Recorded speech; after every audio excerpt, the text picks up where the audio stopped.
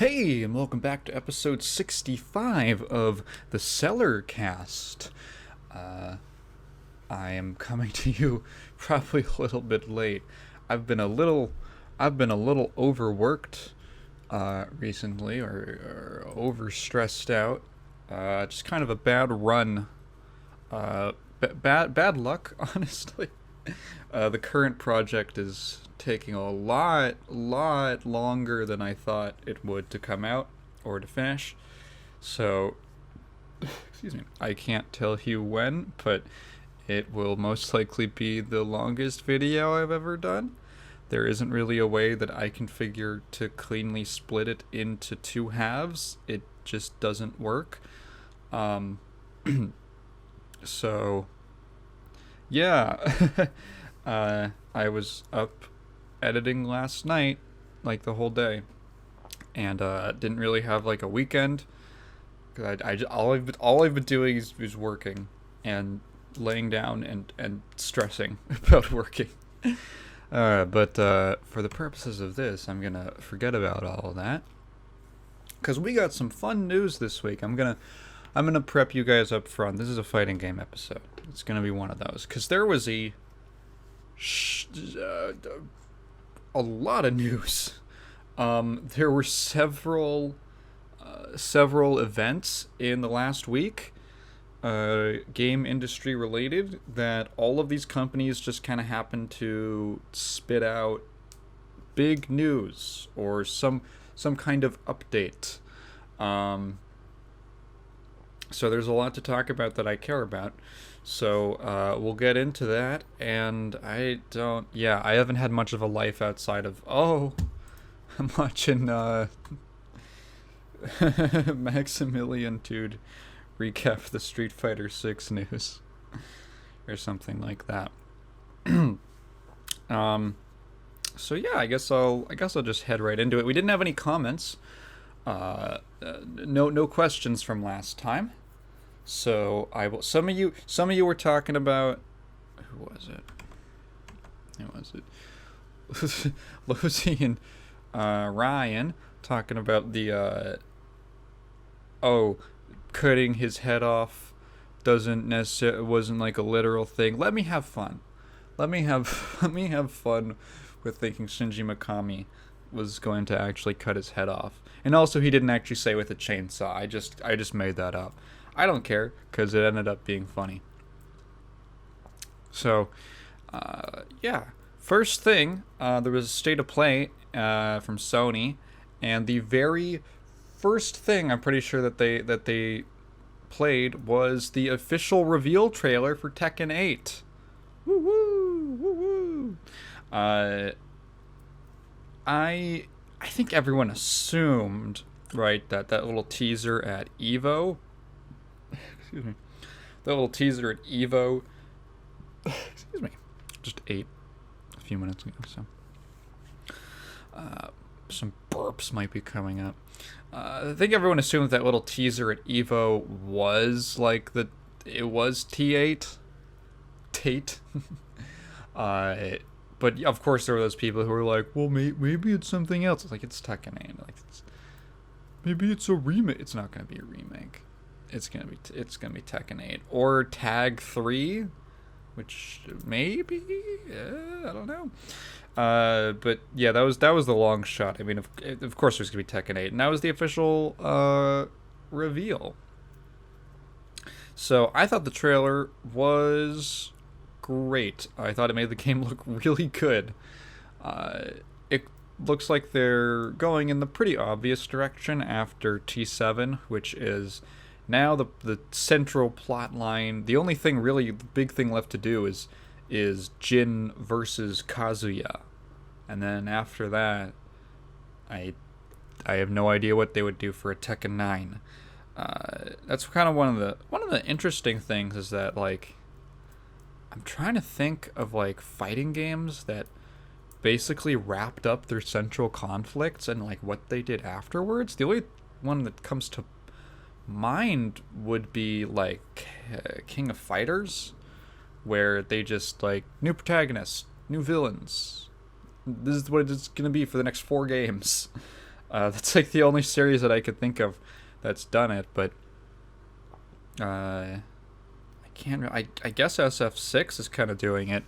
They took care of all the Bison stuff in 2, 4, 5, and then Gil in 3. And they're like, what do we do now? I don't know. I have no idea what the new storyline. They haven't really said what the new storyline is going to be, so we don't have. And then Strive, is kind of wrapping up the main story for Soul and everything. So I don't know what they would do after that. Don't have much of a measure besides King of Fighters. Like, hey, here's literally just a brand new protagonist and a bunch of new characters, and like it just gets like a new style practically. But that's like I'm talking way in the future. God, maybe Tekken 8's gonna last another 7 years like Tekken 7 did, and I'm talking about a problem that literally won't even come up for like almost a decade. So speaking of, what did I actually think? Well, the trailer itself was really cool. It looks incredible, which I expected. I mean, it's running on next-gen hardware. I'm pretty sure they're ditching PS4 for it. Pretty sure they're saying, like, like 3 years, it's long enough. And that's generally how it goes. Once a new console's been out for 3 years, we kind of stop doing the cross-gen thing.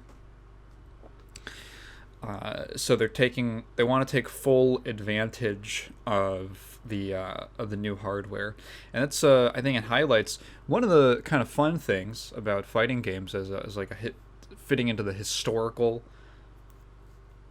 narrative of video games, is that fighting games have traditionally been like the graphical showcases for a console. It's lost a little bit as they kind of like the genre kind of just didn't have as much budget overall for a few years. But if you think back to it, here's a fun story. I love this story.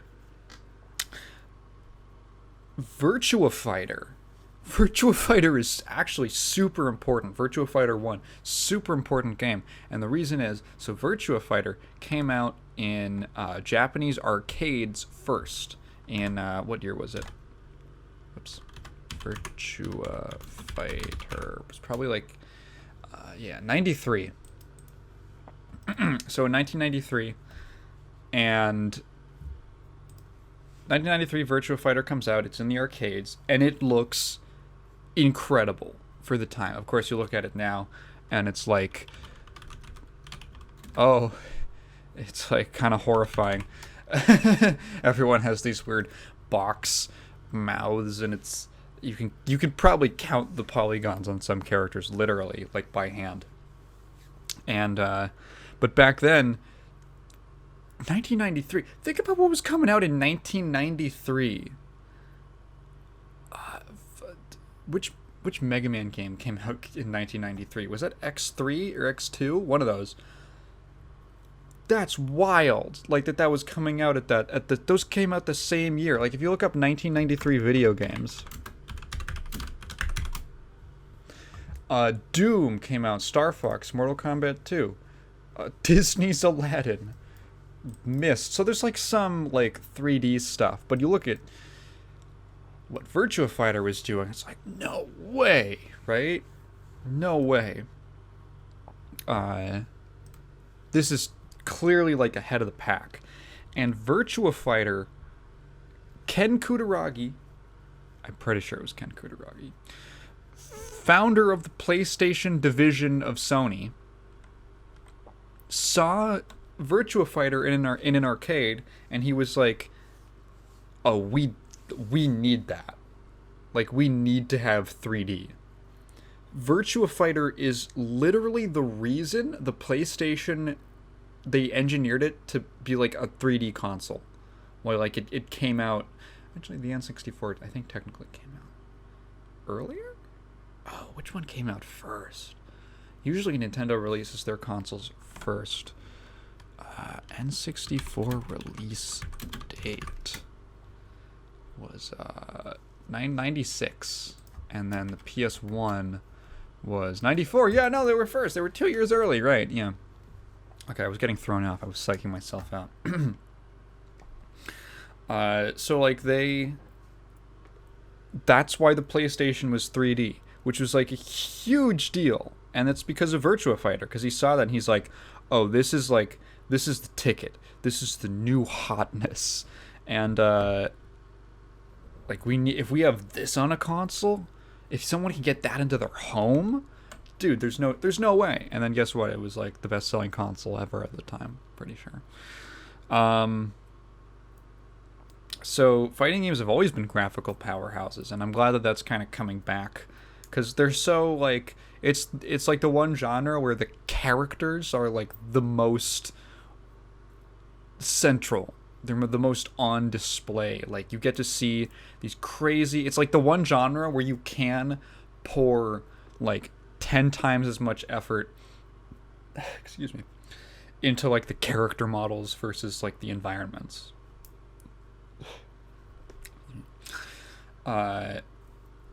And it looks like I'm getting that feeling with new Street Fighter, new Tekken. Obviously, Guilty Gear looks amazing, but I think even if you go watch that great GDC talk about Xrds animations or in their visual style, even they said like, yeah, nothing we did here was particularly new. Like they didn't really innovate anything to get the Xrd art style. They just put together existing techniques in a way that other people hadn't. So, yeah, I guess the reason I'm not talking a ton about the trailer is that, one, there's really not a whole lot to talk about other than that, oh, it looks visually great. Two, the cinematics look really good. As in the kind of little like scripted bits. They said it was from the story mode, so I'm not entirely sure how much of that of the trailer is like entirely scripted, or how much of it is like gameplay without UI, or how much of it is because the camera looks a little zoomed out, I think, at a few parts. Like it doesn't look like a regular camera angle. It looks more like cinematic for a trailer. So it might have been even like what would you say? Like they say it's from the story mode, but it could be because they said like subject to change or something. So it could have been just in-game. It is in-game assets. Like it's running in engine, which is crazy, but it's believable. But it is crazy how good we can get things to look now.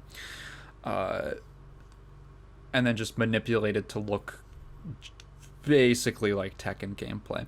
You know what's really cool is that there were like actual Tekken combos in there. Like Kazuya, there's like a literal example when they do like the clash, that like slow-mo part, where Kazuya gets like a counter hit. It's literally like a counter hit into like a double electric combo.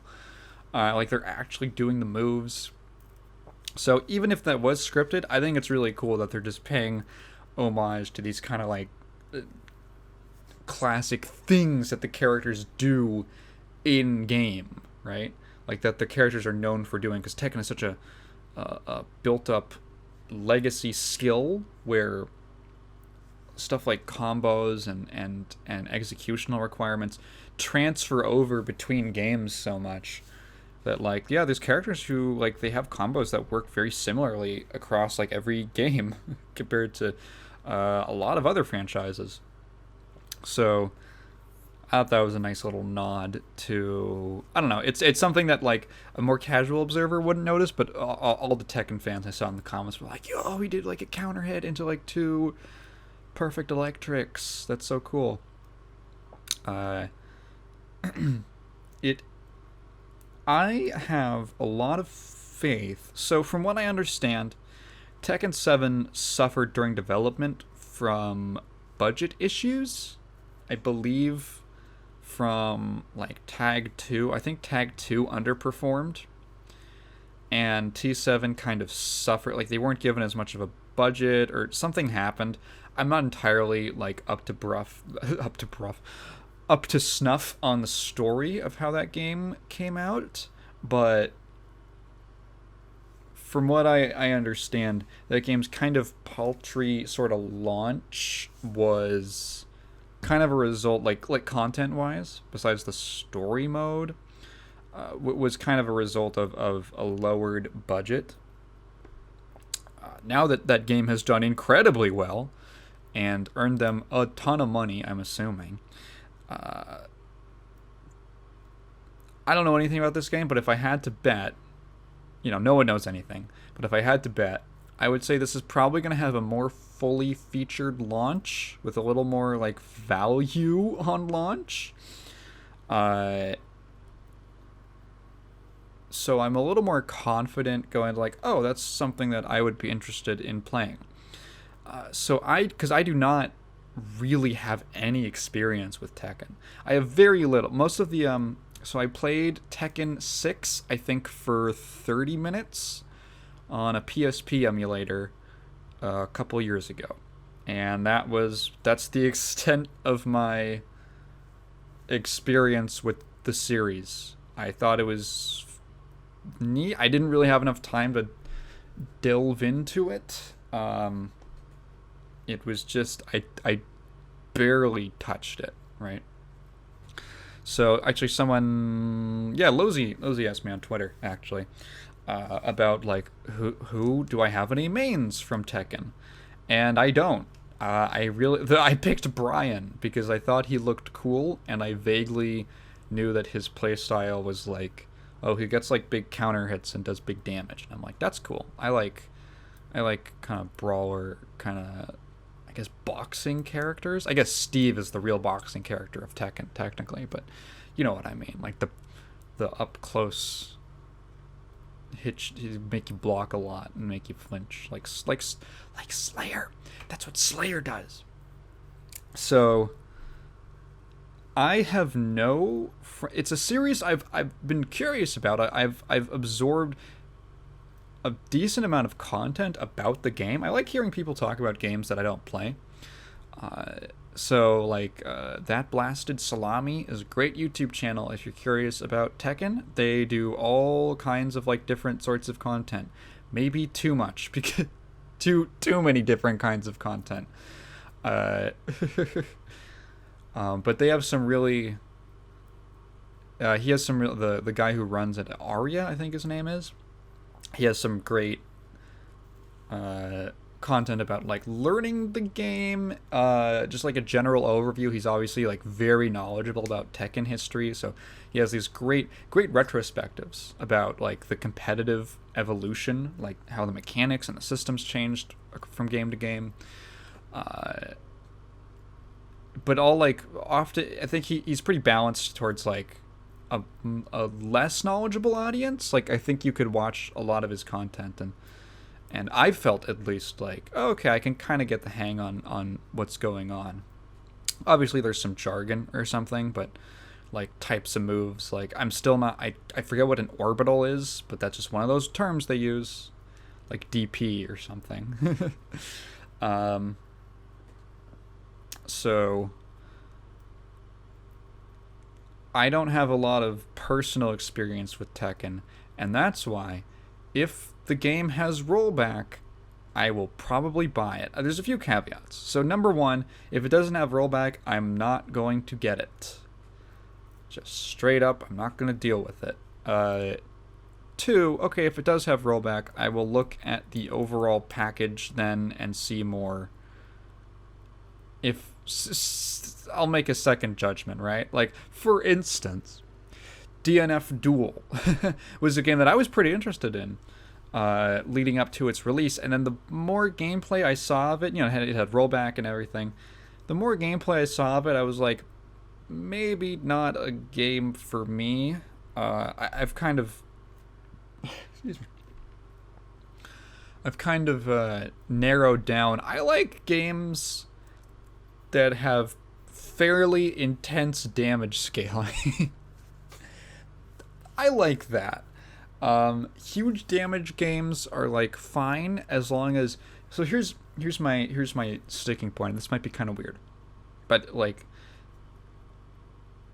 so I don't mind there being huge damage combos in a game, but it kind of annoys me when it's like if it's a two-touch game, right? Strive I like, right? But it's a two-touch game. Like, if you're playing, you get to make 2, maybe 3 mistakes before you die because the combos are so high damage. And there's all these things to like pump up damage, like wall breaking with super.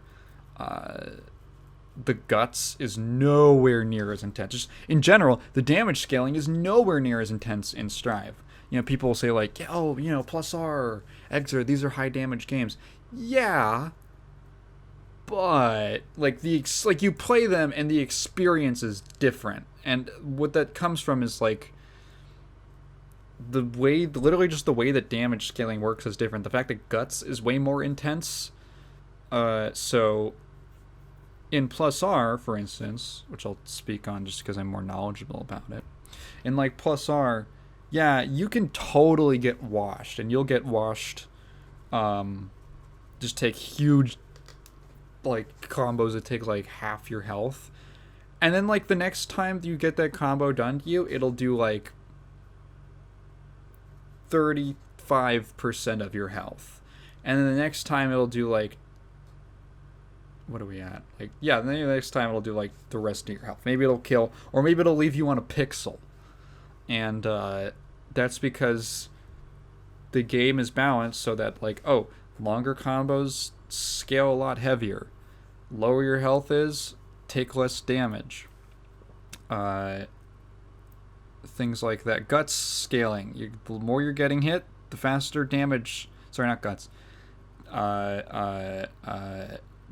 Risk gauge, which is just called the guard gauge in Plus R. Lower that is, faster your damage scaling kicks in. So yeah, you can totally blow up, but it'll take like longer. Like there's a little more of a back and forth as opposed to like you're gone.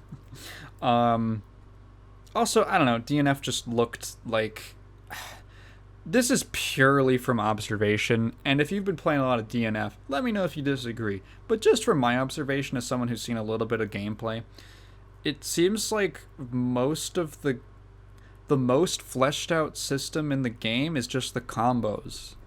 Like, people always like, oh, it's such a free game, but like really just in the combos. Like, when I look at gameplay, it's like, oh, someone gets a hit. They're gonna like get 50 OTGs. The combo's gonna last like 3 hours. The damage scaling, they last so long. Like the damage scaling is just, it's down to like 1 point of damage for every hit. It's practically like an infinite. It's not, but it feels like it's so much.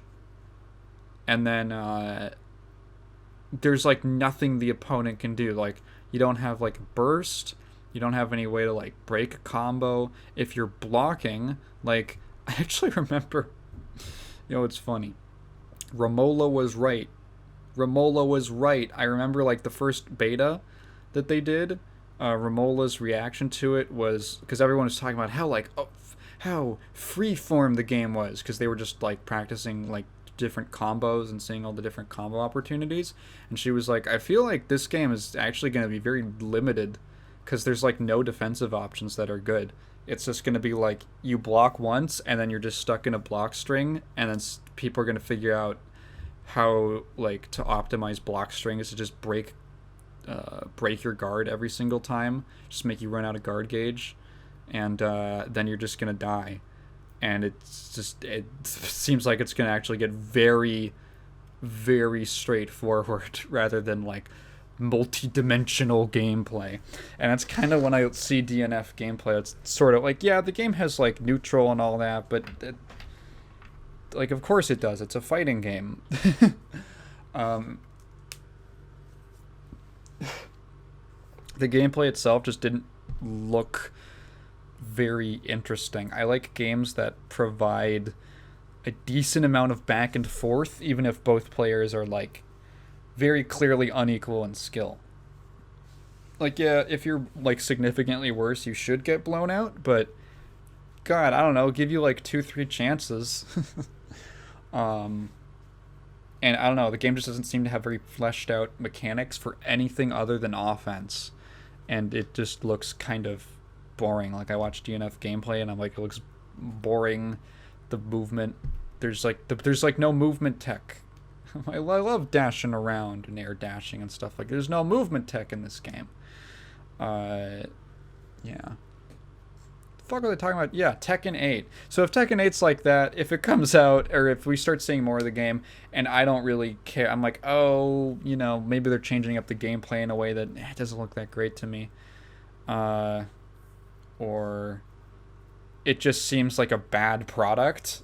I will not buy it because I don't want to give money to it. But do I think that'll happen? Probably not. But you know, I don't like to. You know, I don't pre-order games because I don't like being beholden to that. So the only game I ever pre-ordered actually was Strive. And I pre-ordered it the day before it came out because I knew I was going to buy it anyway, and I already knew enough about the game to know that I was going to buy it. The game was practically out at the time. There were so many betas. I was like, okay, well, I'm mainly buying this for the gameplay. I know that I already know everything about, like, okay, the story mode's going to be like a movie. It's going to have these features. Fine, I'll just pre-order it the day before so I get some of the bonus stuff. Yeah, I look forward to more news about it. Second thing was there was just kind of like a random developer's backyard dropped for Strive. Speaking of, this one was interesting for a couple reasons. I don't usually go over these, but there's like a couple things that interested me. Number one is, so every time they do every time that a new character comes out, the next developer backyard post is has like a rundown of like them with, you know, their bio and a Q&A section. They do this for everyone. So the Bridget one is pretty much just, yeah, here's all the info that's on the, like, her website bio. But then, oh my god, the Q&A section, I was actually quite surprised by this. So there's a couple things about her gameplay which I actually kind of figured just from like observing and I don't know, thinking about comparing it to her old moveset. So Akira Katano, who's the battle director, said that in prior games, pressing the heavy slash button would place Bridget's yo-yo rather than performing an attack, making her different from other characters even on the level of basic controls. In GGST, her yo-yo placement is performed with special moves using traditional inputs, making it easier for players to pick her up alongside another main character. So they're kind of trying to... Because previous Guilty Gear games are like, you learn like one character. Because every character is so different and so unique compared to each other. And that's cool, but it also means that like you really kind of dedicate yourself to one character and you don't learn another one. So I think they wanted people to kind of move around the roster, pick up like secondaries, stuff like that, which was very rare for prior games, unless you're like super competitive and you already feel very confident about your main character. Most people tended to play, like in the intermediate level, would tend to just play, they would just stick to their main. I haven't stretched today. Yeah. You could say she's the kind of character where it's fun even just pressing buttons. The masher character. And then, oh my god, I feel like Daisuke got annoyed. I feel like he got annoyed by the fucking hubbub about Bridget's gender. Because he says, in really clear terms, we've received many inquiries about Bridget's gender. After the events of Bridget's story in arcade mode, she self-identifies as a woman. So as to whether he or she would be the correct pronoun for Bridget, the answer would be she. And so naturally there was a response to like, that's just the translation, you don't know. You don't know. That was changed in the corrupt translators. And then the original Japanese, he specifically says kanojo. Like, went out of his way to use the female pronoun. And then he just, like, recaps the lore to be like, no, like, it's not a retcon. Like, this has always been her that was, like, one of the funniest things about everyone who was against the change. You can, again, like, I think you could have been against that change just on, like, oh, well, I liked Bridget being, like, an effeminate male. Like, I liked that. And just, I don't know, be chill about it. But they were like, it's a retcon! Or something like that. It's, like, you don't even remember what her... you're like, oh, yeah, I vaguely remember the story. Now I'm gonna go on a rant on the internet about it with Bull, like, forgetting very specific, like, nuances of it. Like, Bridget was not forced by the town to be a girl. The town never knew the circumstances of her birth. The parents just presented her as a girl. And everyone was like, oh, okay. Like, you know, to protect her life. Like, yeah, that's kind of like, she always knew, like, what happened, and she felt bad about it. So she, like, tries to overcompensate by like, insisting that she's a man.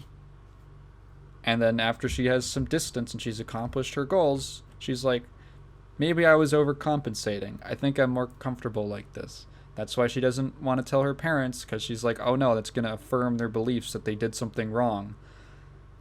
And that's why Kai is like, well, he doesn't know anything about her specific circumstance, but, oh yeah, the most important thing is that you're honest with yourself. Yeah. I don't know how you have to be so, like, I don't know, man. So you can't read. If you get all your info from, like, bullet point lists on Twitter, yeah, I guess you could interpret it in, like, the worst faith possible. Oh, and here's the other funny thing. Katano goes, oh, by the way, although the difficulty and story dialogue of arcade mode change depending on your match results, this doesn't change the main plot, nor are there alternate endings such as good or bad endings. The same goes for other characters' arcade stories as well. In general, these variations show other aspects of the characters. So, yeah, and what's also funny is that the bad ending, like, conspiracy, here's the thing. So, yeah, Strive has no good or bad endings. All the endings are canonical. They just take place at different points in time.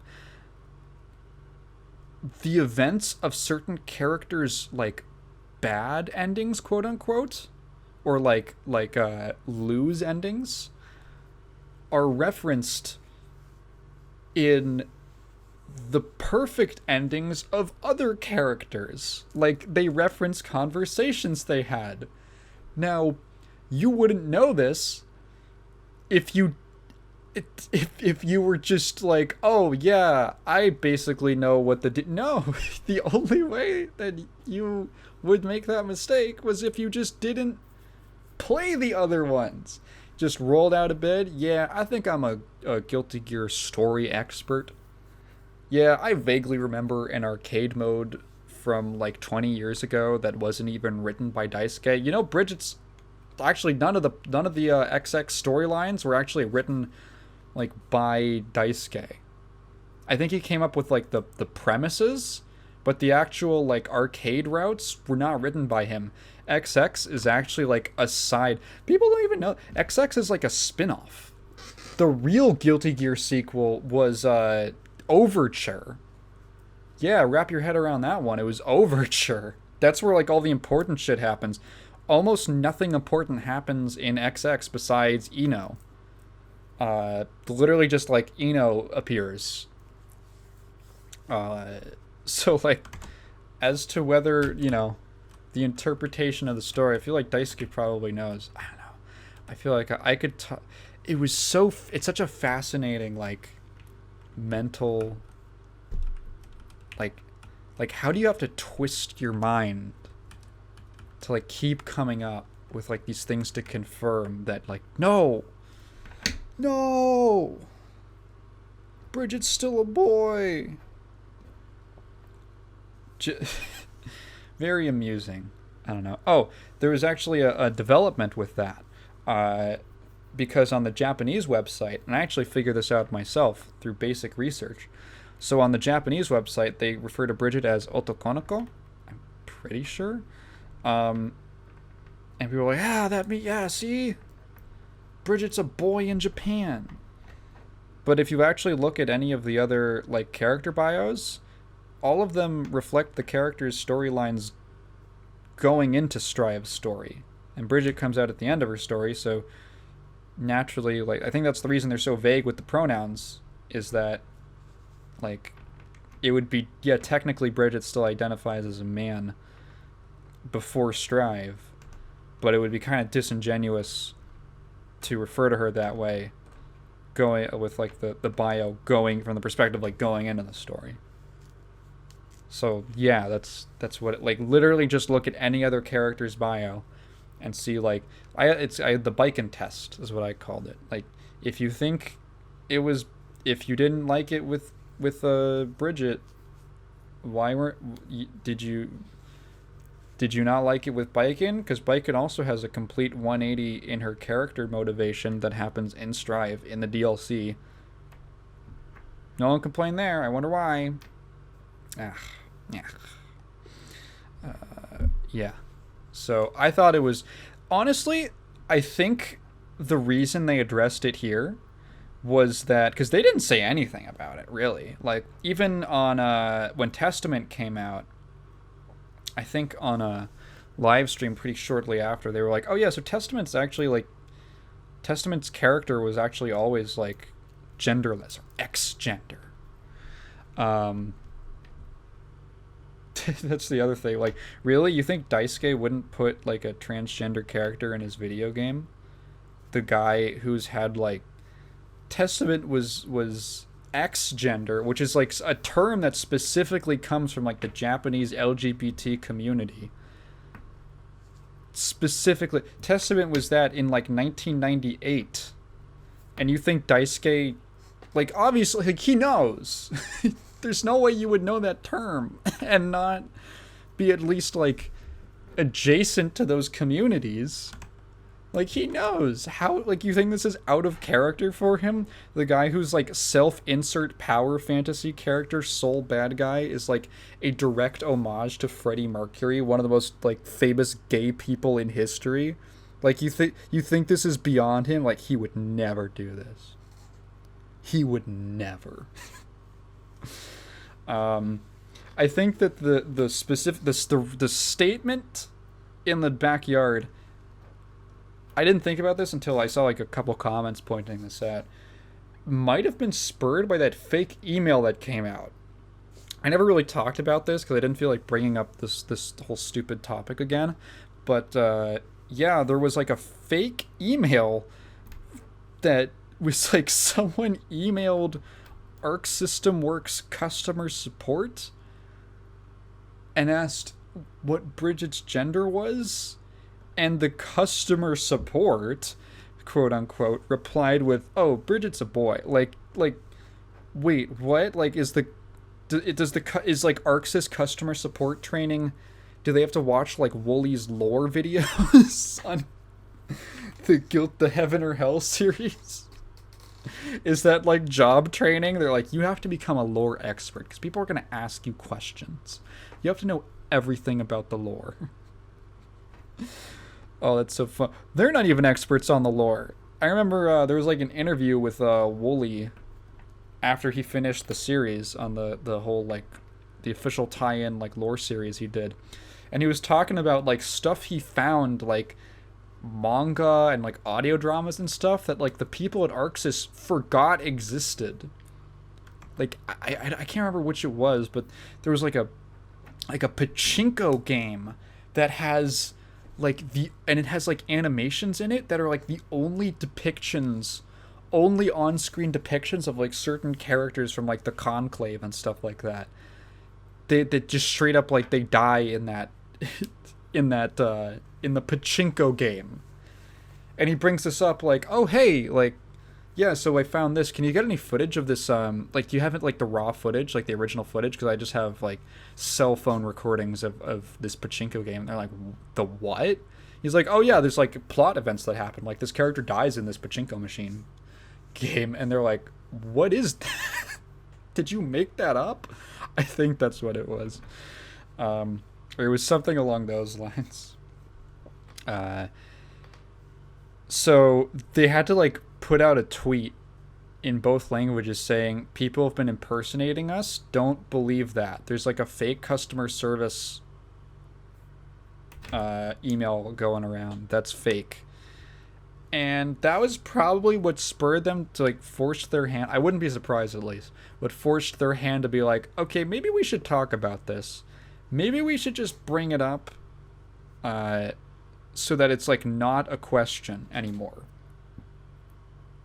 It shouldn't have been a question in the first place, because it's directly stated in game what happens. But you know. So now that comes out, I don't know. I thought it was pretty funny. It's a shame that they had to go that far to specifically like, yes, the events that happen in the story do in fact happen in the story. But hey, I guess it's nice to have it. Also, just like a direct, clear statement about, yes, like a new statement. I was trying to find the old statement on character arcade modes, but this is like a nice one to just. They're just different episodes of the characters. Anyway, in the backyard, there's something else that I thought was interesting, which is number 1, crossplay beta test coming in September. Coolio. And that also came with the announcement, I don't think in this backyard, but that Strive is coming to Xbox Game Pass. Which means that, like, 100% the Game Pass, like the Xbox version of the game, is going to also have crossplay. I mean, there's no reason not to. If you're going to set up your own servers and everything for crossplay.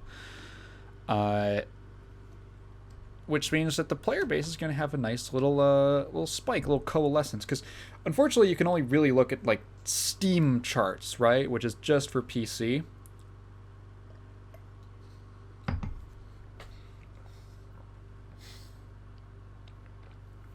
And, so you're only getting, like, a slice of the player base from that. And this kind of thing is, it's worked before. Like, I remember Grand Blue Fantasy Versus was on... it was on PS Plus, like, a few weeks ago. And I saw a couple, like, people who just said that, like, "Oh, yeah, I didn't really know what this game was, but I thought, it looks neat, let me try it out." And ended up really enjoying it without being, like, into fighting games before. I was like, "Oh, that's really cool." That's, again, the biggest thing holding back the fighting game genre is accessibility. Accessibility meaning, how easy is it to play the game? How easy is it to just play the game? So, yeah, that's cool. Second, they had, like, some survey stuff, yada yada. Which other playable characters do you want to see in Strive? Slayer, topping 2 of the charts, North America and Europe, and second in South America after ABBA. ABBA's, like, surprisingly gained a lot of popularity in the last couple years. I think when Plessar kind of got a resurgence, people got reminded of how cool she is, and she just looks cool. I expect her to play completely differently, but it would be just neat to have her just represented.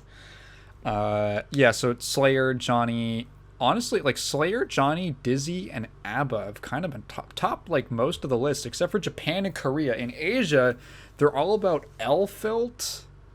Well, Bridget topped Japan obviously before. So if you just take Bridget out, move every other character up one space. It was Elfelt, Asuka, and Dizzy. And there's Seems like a lot. No Robokai, which I'm kind of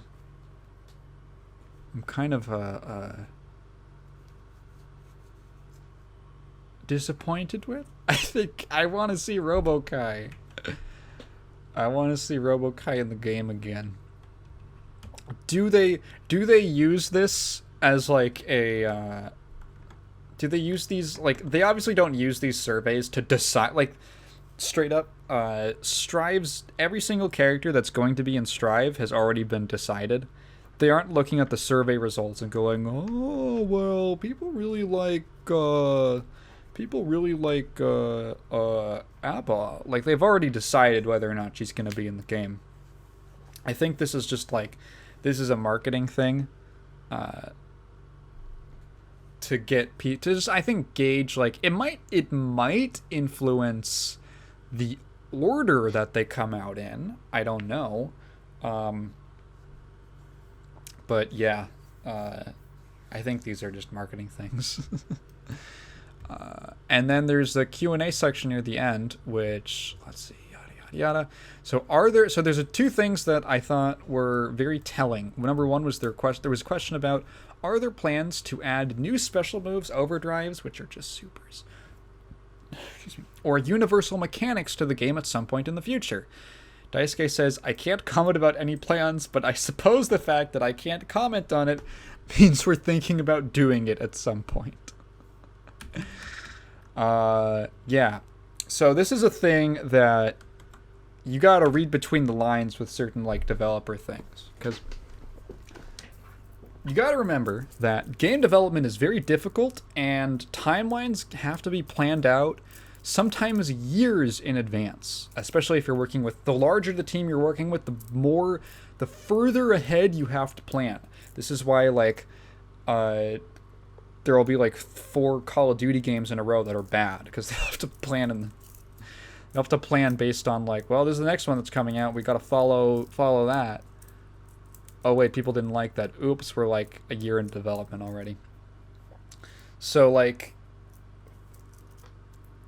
essentially, if a developer acknowledges something, it very likely means that it's that they're already working on it, right? Because you're not gonna say, if you make a public statement in something like this, like, obviously, if you're just chatting, right? If you're just chatting to a dev one-on-one off mic or whatever, they'll tell you about whatever they're thinking about. But in an official, like, public forum like this, if they're talking about something, it means that they're already thinking about it. Because if you talk about it, you're creating expectations. Like, everyone reads this and they're like, oh, they're going to add new special supers and mechanics in the future. Which, I mean, you could have guessed. But now there's an expectation because they talked about it. You don't want to do that and then not deliver. So I'm going to use an example from League of Legends. So this story has been lost to time, but way back in, like, I think season 3 of the game or something like that, they did, because Riot was a very tiny little indie team. I mean, they expanded, I think, fairly quickly, but they were like a small team. They were very inexperienced. And they put out this blog post for, I don't know if it was like the new year or like looking ahead or something like that. But they did like a blog post of like what they're working on. And one of the things in that blog post that they dedicated a lot of time to was, here's like an entire champion concept that is going to come out. We're making Ao Shin, the Storm Dragon. And they show off all this concept art, and it's this champion, and he's like a Chinese, like, lung dragon, but he's storm and thunder themed. So he's supposed to be like this huge. He's gonna be the biggest champion in the game, and he's gonna have all these crazy lightning powers. He's gonna be awesome. He's gonna have these cool animations where he's like snake flying around and all that. And everyone was like, yo, Ao Shin, that looks badass. Can't wait for that. And then a year went by, and no news. And then another year went by, and no news. And then another year went by, and people were like, hey, so whatever happened to Ao Shin? And no response. And eventually it became like this almost legend in the community of like, Ao Shin, the storm draft, like, is he gonna come out? Are they working on him? Did they cancel him? What happened? And eventually they came out with a blog post like a few years later that was like addressing that, because it was just this question in the community for forever, like, what happened to this thing? And they were like, yeah, so we straight up just announced it way too early. Like, we were trying to develop this character, and we were trying to like fulfill the promises we made of this character who's like big.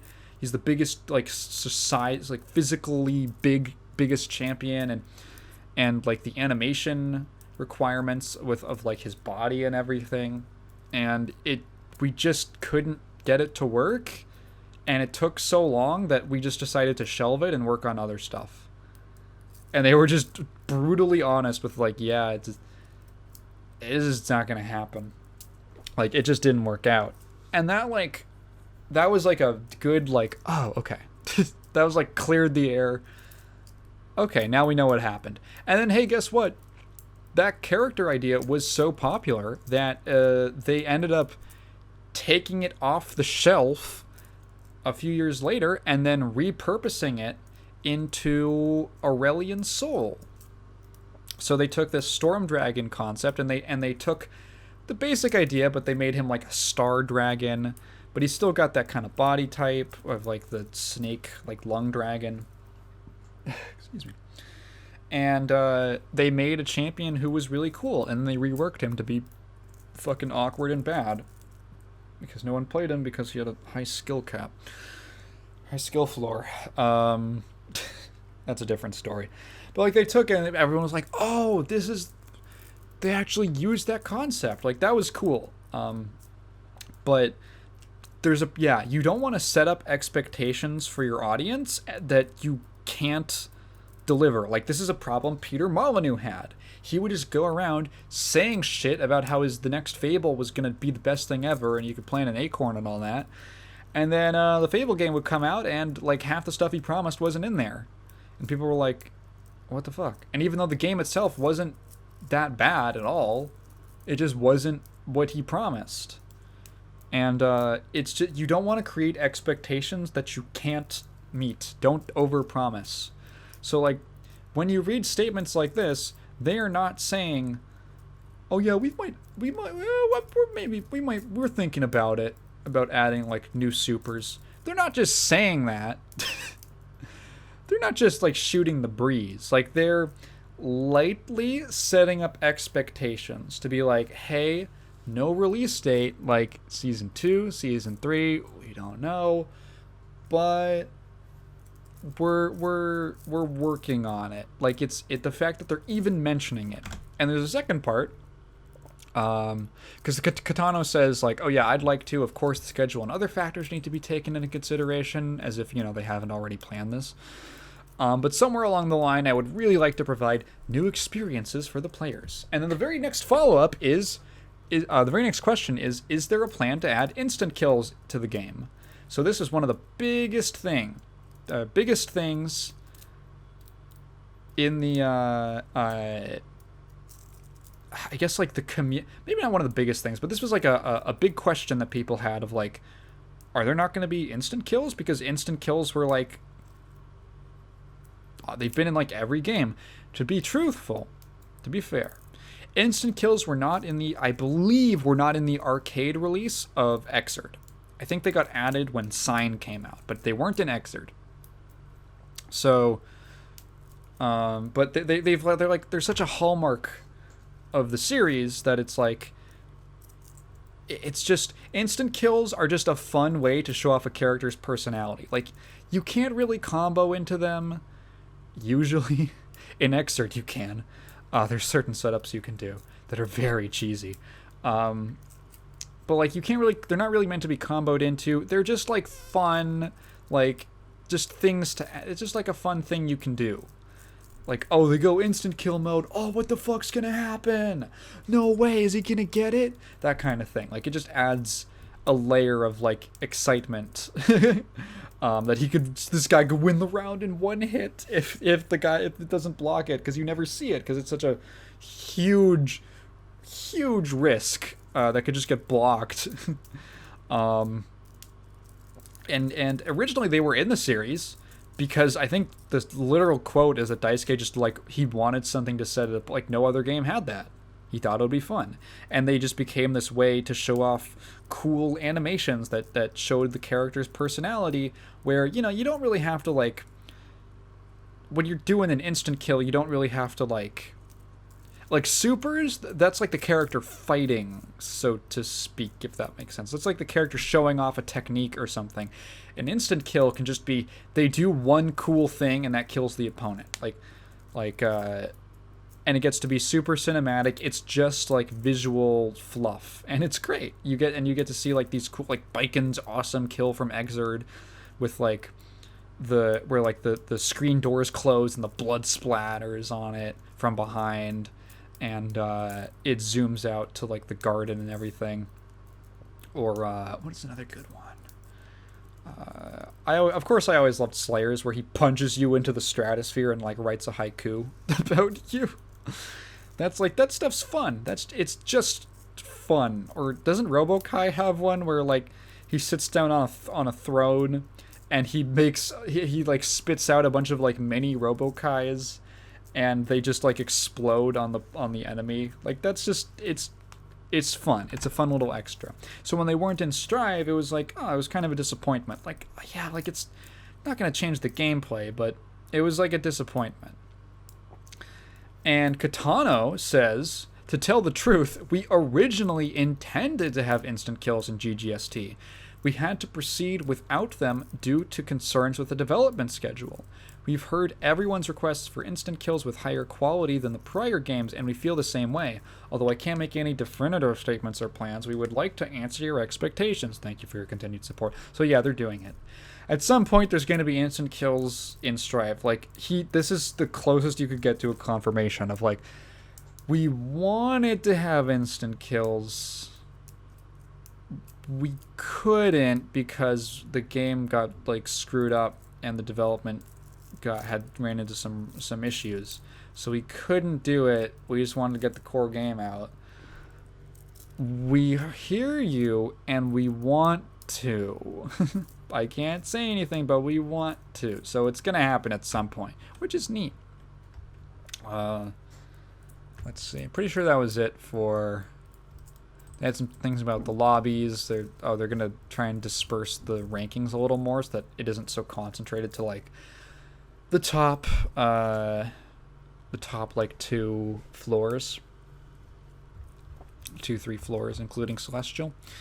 That was pretty much it. So I thought that was like a neat case study in communicating with your audience. Oh boy. And the last thing, is it the last thing? Not really. Next thing that I wanted to talk about. God, there was a lot of Street Fighter 6 news. So TGS happened, and they had like Capcom had, it was like over the weekend. So they had like a bunch of, they had like a 2-day presentation thing Capcom did. And you could have, okay, they'll, on like one of the days, maybe day 2, they'll have a thing about Street Fighter 6. Nope. Both days, we were showered. We were absolutely drenched in news about this game. I don't even know where to begin. I was trying to find a website to like summarize all the stuff we learned, but I guess I can go over the broad strokes. So first of all, 4 characters. So the 4 character reveals: E Honda, Blanca, Dalsum, and Ken. Everyone was curious about Ken, but like, why? Obviously, that was like the biggest meme. Like, she took the kids, Ryu. And there was that leak, supposed leak, about the Ken's backstory, that he like lost his fortune and everything. So now we know that that's fake, and I actually like the direction that they're going with for Ken's story in this game. So the actual reason that Ken looks so disheveled is that he's been framed for a crime. I'm assuming framed. I'm assuming. It says he was accused of a crime. The fact that it says accused and not that he, like, committed crimes means, like, okay, yeah, there's no way he actually did anything. He's just being framed, and he has to go into hiding. That's why he's working construction in the story mode.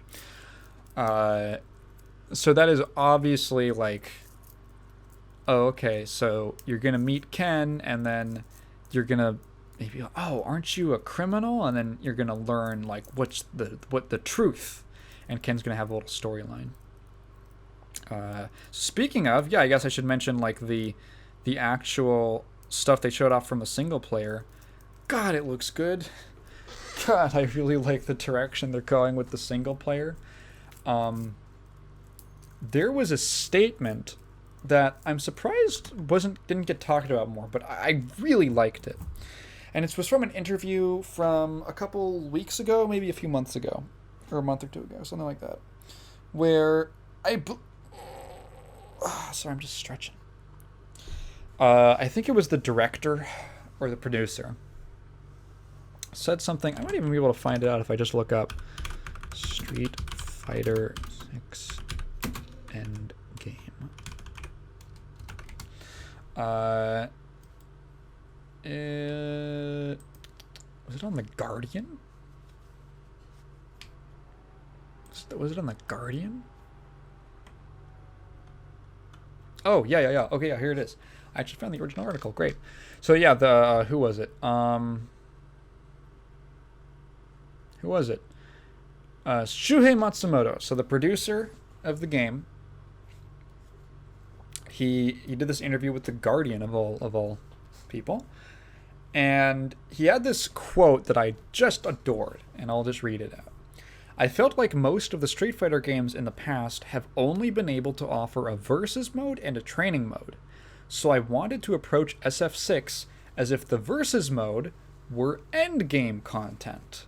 And before you got into that, you would have an introduction into the world of Street Fighter, a way to get to grips with the game. And I loved that. I thought that was such a great way to look at your game. That the online and, like, the actual competitive part is the end game of your game. And there should be something before that to lead players into that. When I really started thinking about it, I'm like, yeah, it's like, I don't know if this analogy rings true or makes a lot of sense if you don't play MMOs, but go with me. It's like,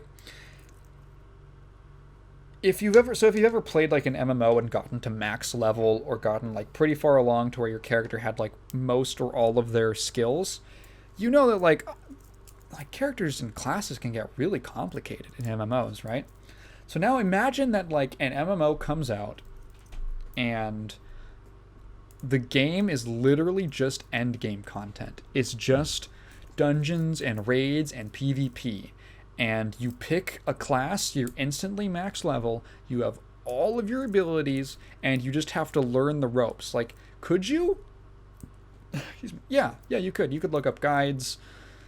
If there was a training mode, then you could, a lot of MMOs have some kind of, like, practice dummy that you could just cast spells on or something like that.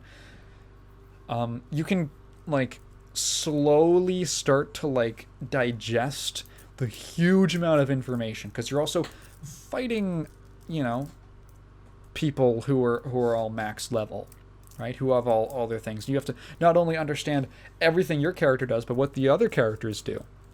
And there's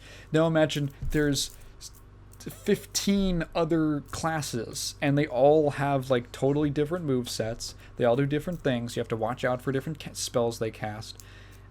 Could you learn that? Yeah, you could, 100%. But it's a lot.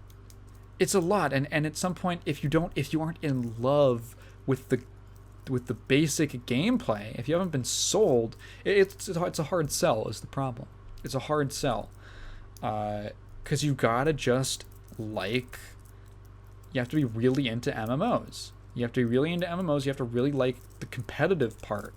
You have to like doing content and succeeding and overcoming all these dungeons and PvP battles and all that.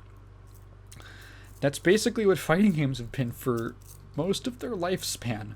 Most of them, at least. There's some that have what you might call like game as opposed to end game. I guess it wouldn't be pre-game. It would be game before that. So, but Dissidia and Dissidia Duodecim. I haven't shilled Dissidia in a while. That game has great single player. I put like 200 hours into that game, just single player. Never played versus anyone else. The game is just that fun. There's a ton of stuff to do.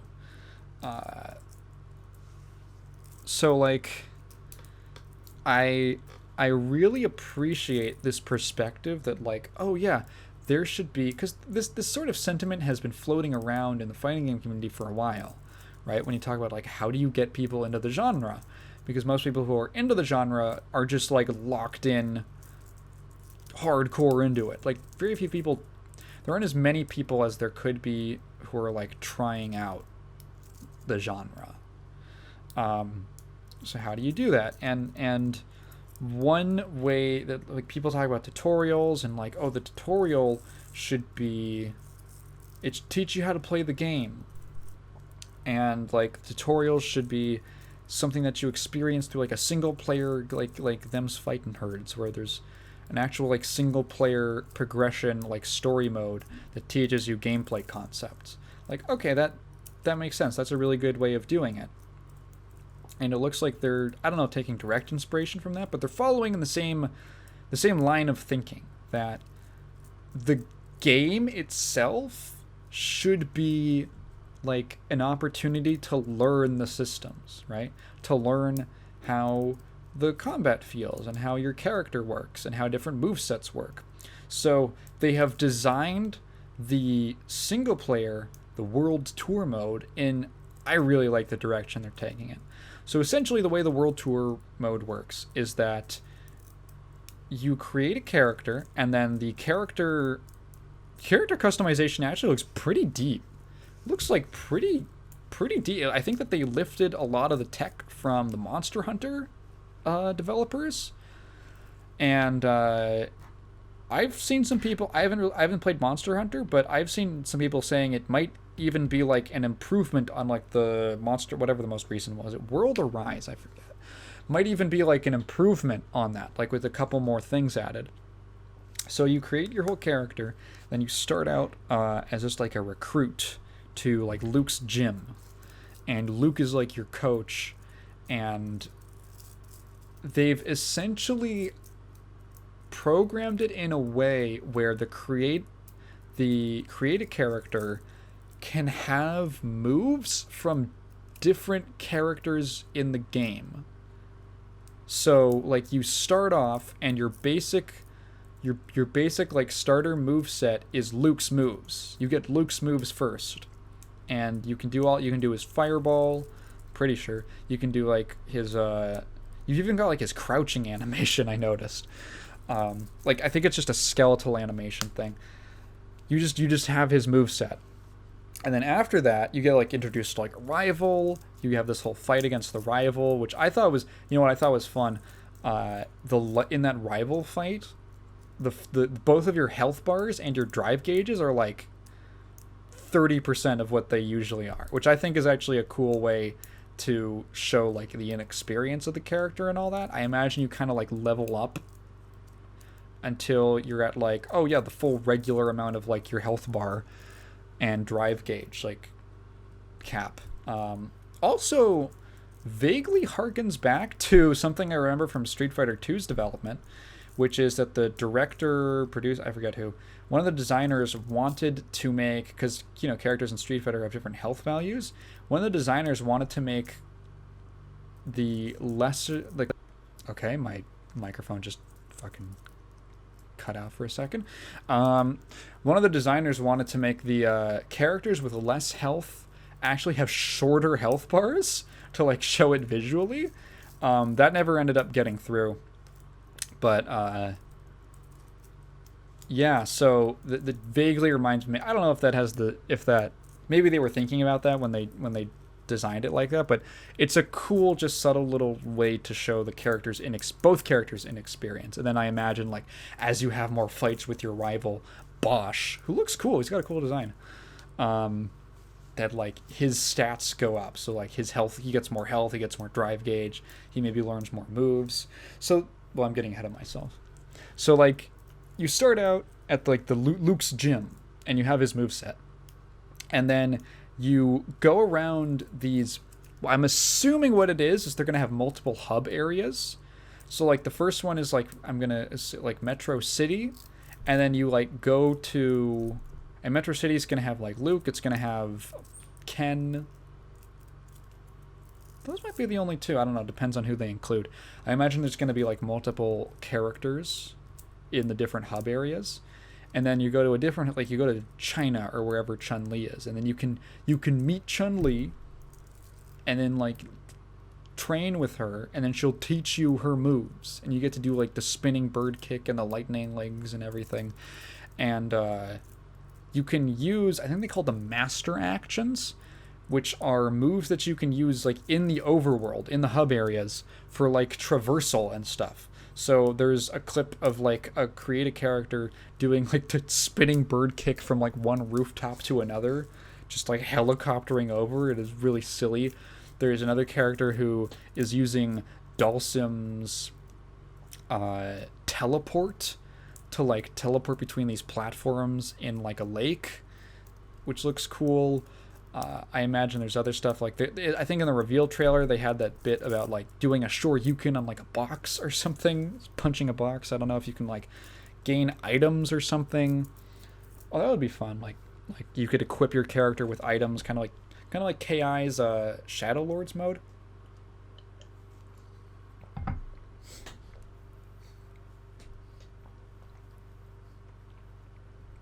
So like they show off some of these cutscenes where you're going to just like little bits, like very quick flashes of, oh, you go to, I imagine, India or wherever Dalsim is right now, and I think what it is there's like an elephant that's gonna step on you, and then he teleports in and just taps the elephant's foot and like freezes it and like saves you. And like, oh, then you get to train with Dalsim and you get his teleporter, maybe like his weird stretchy moves. And then you can go around and there's like NPC characters that you can fight who have other characters' moves. And like that stuff is super cool. And you literally just fight them in the location. I don't know how they're going to do it. Like if they're just going to like improvise, like if maybe they coded something for like a back, maybe they like just designed these, I have no idea how they're gonna do it. they could be like, oh, they're specific NPCs that are placed that you can fight, and they design like these. They just took the assets from the area that they're placed in and just made like a stage out of it. That's like instanced isn't really the right word, but something along those lines. Like you get teleported to a place that resembles that. Something like that, or if it's just like dynamic, like the NPCs can be anywhere, and there's some kind of code that they figured out to turn the environment into like a stage that you can play on. Yeah, that it's just, it looks cool. It looks like something I would genuinely be interested in playing. I almost never play like single player content in like most fighting games, just because I don't tend to. It's just like, oh, you go through a few cutscenes and it's like whatever. I don't care that much most of the time. Maybe if it's like a quick arcade mode and there's like some reason for me to do it, like I get a reward or something, then sure. But I don't know. Like to admit, I'm not really into like the single player content for most fighting games. I usually just jump like, okay, training mode, pick a character I think looks cool, figure out some really basic stuff, and then I go online. That's generally how I play every fighting game. This looks like a single player I would actually be interested in playing, just to like see what the experience is like, because it's something that hasn't been done before. I think like the idea of it's probably why the roster is so heavy on like Street Fighter 2 like World Warrior characters, cuz the premise is like you're learning from the masters. That all these characters are masters, or is like how they're described. Obviously, like have they all mastered their art? Probably not, but they're considered like, you know, these veterans basically that you're learning from. So it makes sense to do that with classic characters who like literally created archetypes. Like you go to Zangief's gym, and that's where you learn how to be a grappler. You go to Ryu, like training up in the mountains, and that's where you learn how to be how like his balanced style or something like that. And what I hope happens is that every character, what I hope it is that like you can learn every character's, like every master's movesets, and then like pick, I don't know if they're gonna do like you can just switch and like you have to switch them wholesale, like you can only be Dalsum or you can only be Blanca, or if you can like mix and match. That would be so crazy. Like if it's like the variation system from like Mortal Kombat, but with like every character in the game, or like half the roster pretty much. That would be crazy, because it's going to be they announced the full roster. It's going to be 18 characters, and of them, World Warriors are 8. So wait, is it 8? It's Ryu, Ken, Chun-Li, Dalsum, Zangief, Blanca, E Honda. Am I forgetting someone? I feel like I'm forgetting someone. Did they? Wait, am I forgetting? Did they? Because they put out like a little graphic. They put out a little graphic. SF6 roster. The first thing that comes up is the leak. Oh, and Cammy and DJ. Right. Cammy and DJ. Those were the ones I forgot. So like those are gonna be, it's like Ryu, Ken, Zangief, Dalsum, Honda, Blanca, Guile. Also forgot Guile. Chun-Li, Cammy, DJ. So those are like your 10 characters, and they're going to be like, they're gonna fill out like what kind of archetype do you want your character to be, and then the rest of the characters, I'm assuming, you know, you're not going to be learning their movesets, but they could be like story fights or something like that. You know what would be cool? Okay, so I'm just brainstorming. Do I know any of this? No. But what I hope they do is that every character has, every one of the masters basically has their own storyline. That the game maybe doesn't have like a huge overarching story, but that it's like a series of like smaller scale stories with like every individual character. Almost as like a replacement for their arcade mode, right? Like instead of like just playing a couple fights and getting like an arcade mode ending, you're actually like meeting the character, learning what's going on with them, and then they have some kind of story that like progresses the closer you get to them, or the further you get, almost in like a social link from Persona. But instead of your persona getting stronger, you're like learning more moves or something like that. So like obviously it's like, oh, you meet Ken. Oh, aren't you a criminal? No, I was framed. And then you like run into, I was framed by the Mad Gear Gang, and then like you run into the Mad Gear Gang, and then you like have a tussle with them, and then Ken saves you, and then he starts like training you, and like you're gonna like work together to like clear his name or something like that. That would be really cool.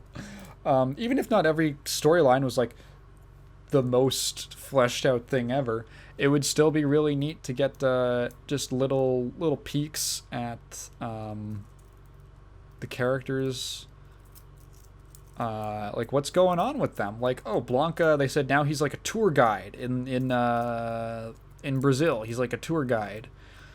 And he's taken like his Blanca Chan dolls, and that like he's basically like his own mascot essentially. He's his own mascot for his community, and he's like raising money for I think like to support his mom or something. Like that stuff that's cute. Maybe Honda has something going on with his sumo organization or something like that. Because I think they said that like Honda was always his bio. They say he always had the skill of, I don't know what the like master sumo title is, but he always had like the skill level of like a master sumo wrestler. But he traveled so much that he never was actually able to like get enough results to get ranked among the greats. So maybe it's like Honda's trying to finally like prove his skill now that he's older, that he's still got it. You could do a lot of fun stuff with this, and then maybe these other characters like Jamie Manon, I think, the French girl who looks like vaguely resembles Abel. Lily, JP, Kimberly, like maybe these are just like auxiliary characters who show up for a couple of the characters' stories or something like that. I think that would be really neat. And then you just have a bunch of like smaller in scope, self-contained stories. Because, you know, the big world-ending storylines are like, okay, yeah, like it's cool, I guess, but the strength of fighting games is like their characters, and just like people get really attached to just these like little details about certain characters. Excuse me. So having a story mode that actually gives you a chance to explore them and kind of focus in on those characters a little more intently, like a little more fleshed out, I think would be a great idea. So by the end of the reveal, or at one point, because they have the like they showed off the trailer for the World Tour mode, and I love the intro. I think it has a great style. I love the narration. I love the music. It's just super cool. And then at the end, they show off a quick graphic of the starting roster. And looking at it, so it's not the full 22. So there's, let's see, Rashid, Ed, Akuma, Aki. Yeah, those characters are not going to be in the base roster. Which, I mean, to be fair, Akuma's never been base roster, right?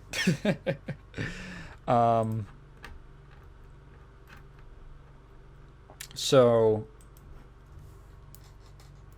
yeah, 18 characters. 4 of them are going to be DLC, probably. I mean, there's concept art, they're absolutely happening. Maybe they're unlockable. That's asking a little much of a modern fighting game developer to have an unlockable character.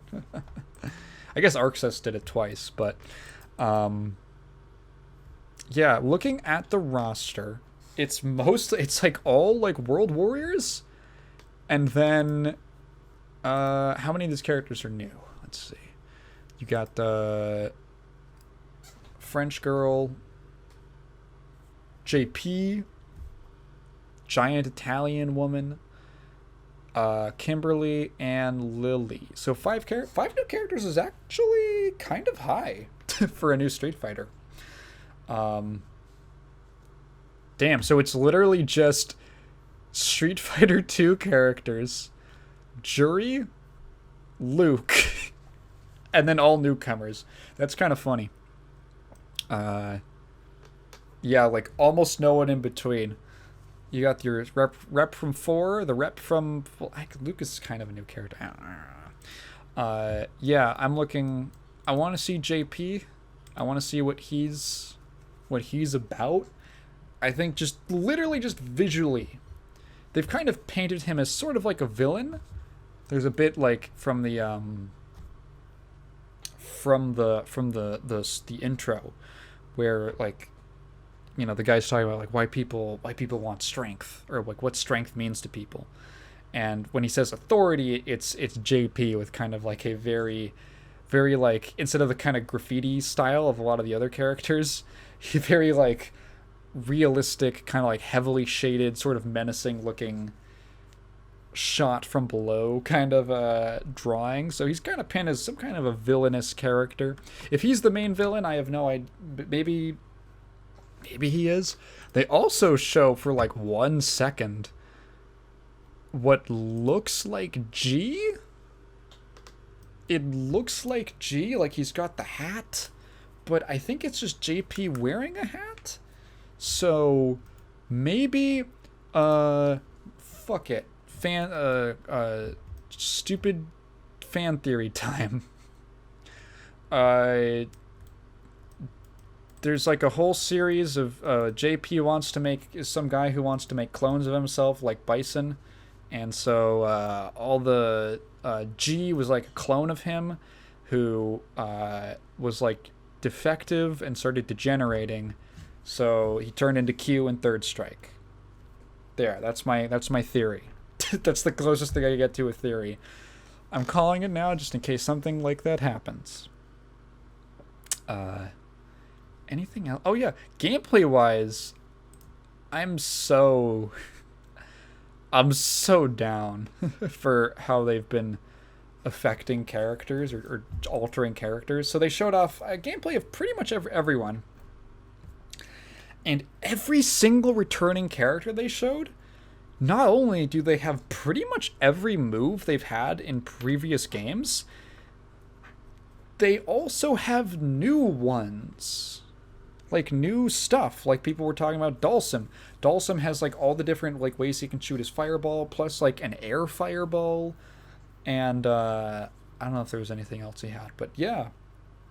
Blanca has an entirely new mechanic where he tosses like a Blanca doll. He has like a limited number of Blanca dolls. I imagine it like refreshes every round. He tosses them on the ground and they're like projectiles, and he can use his electricity moves to like charge them and like shoot them, like kick them off.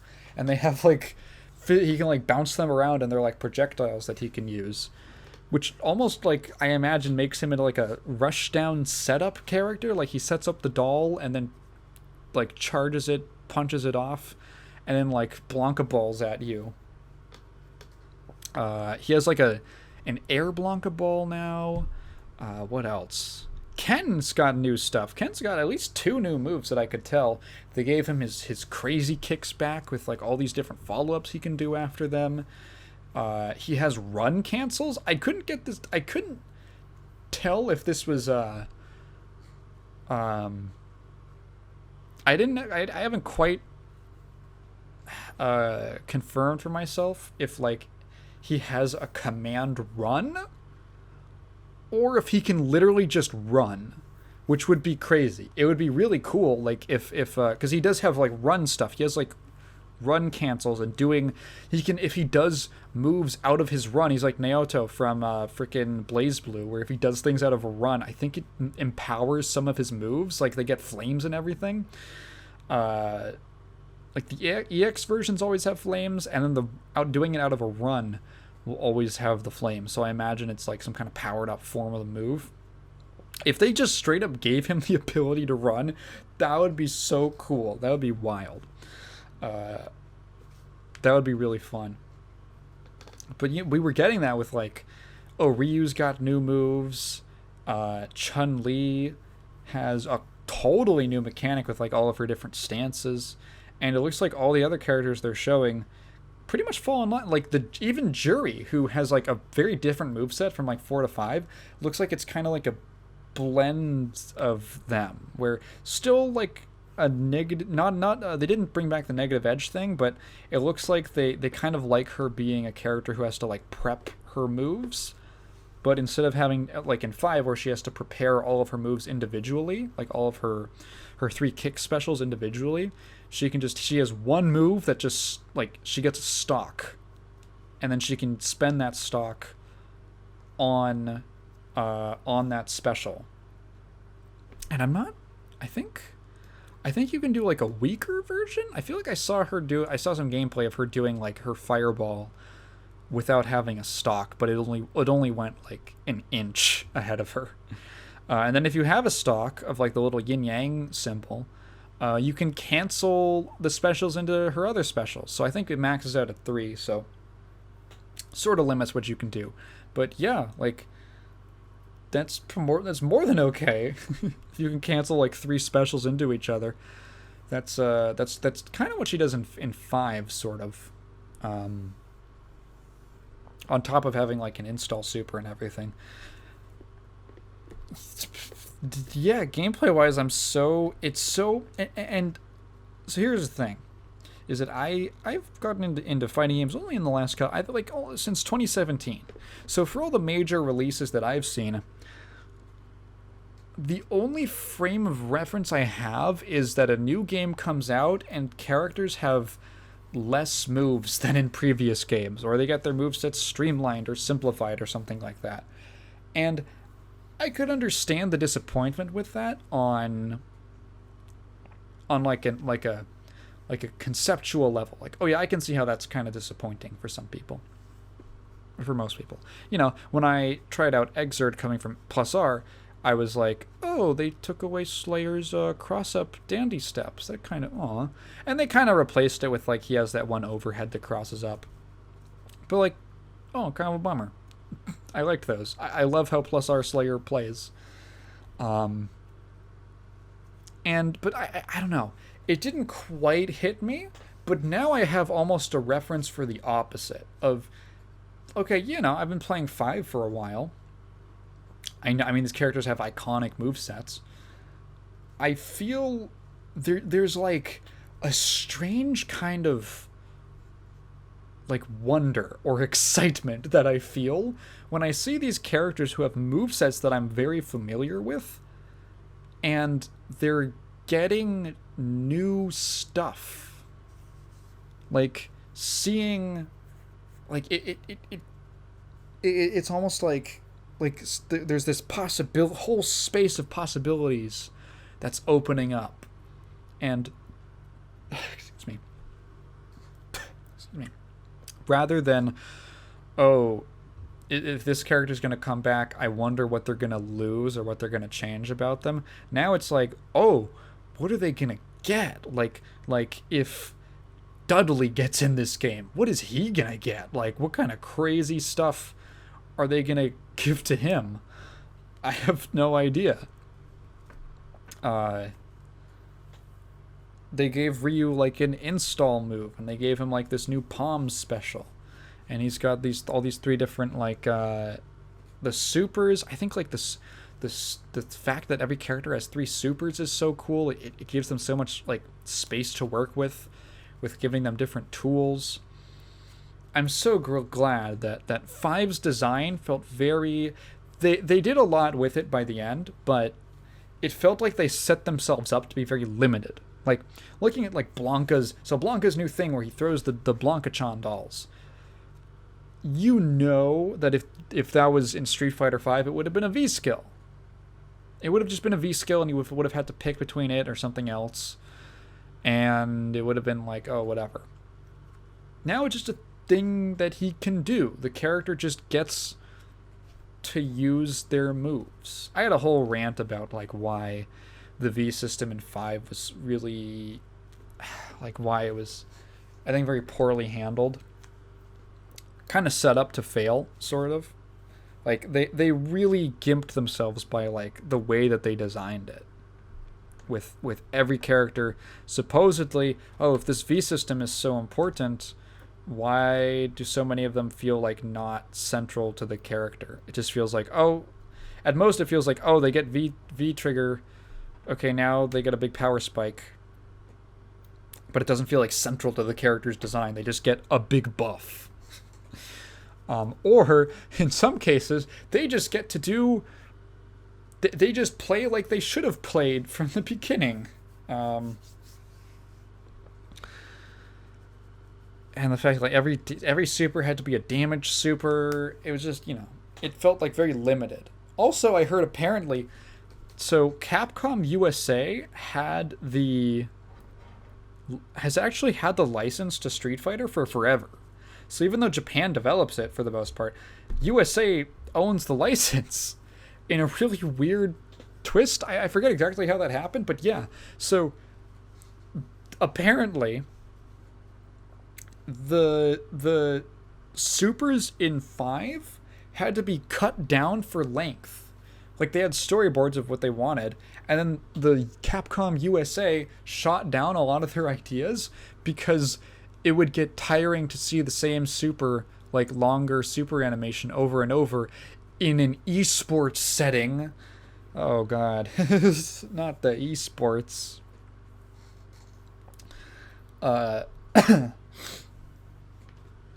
Which is so disappointing. Now they don't have to do that. I don't think the license is officially with them anymore.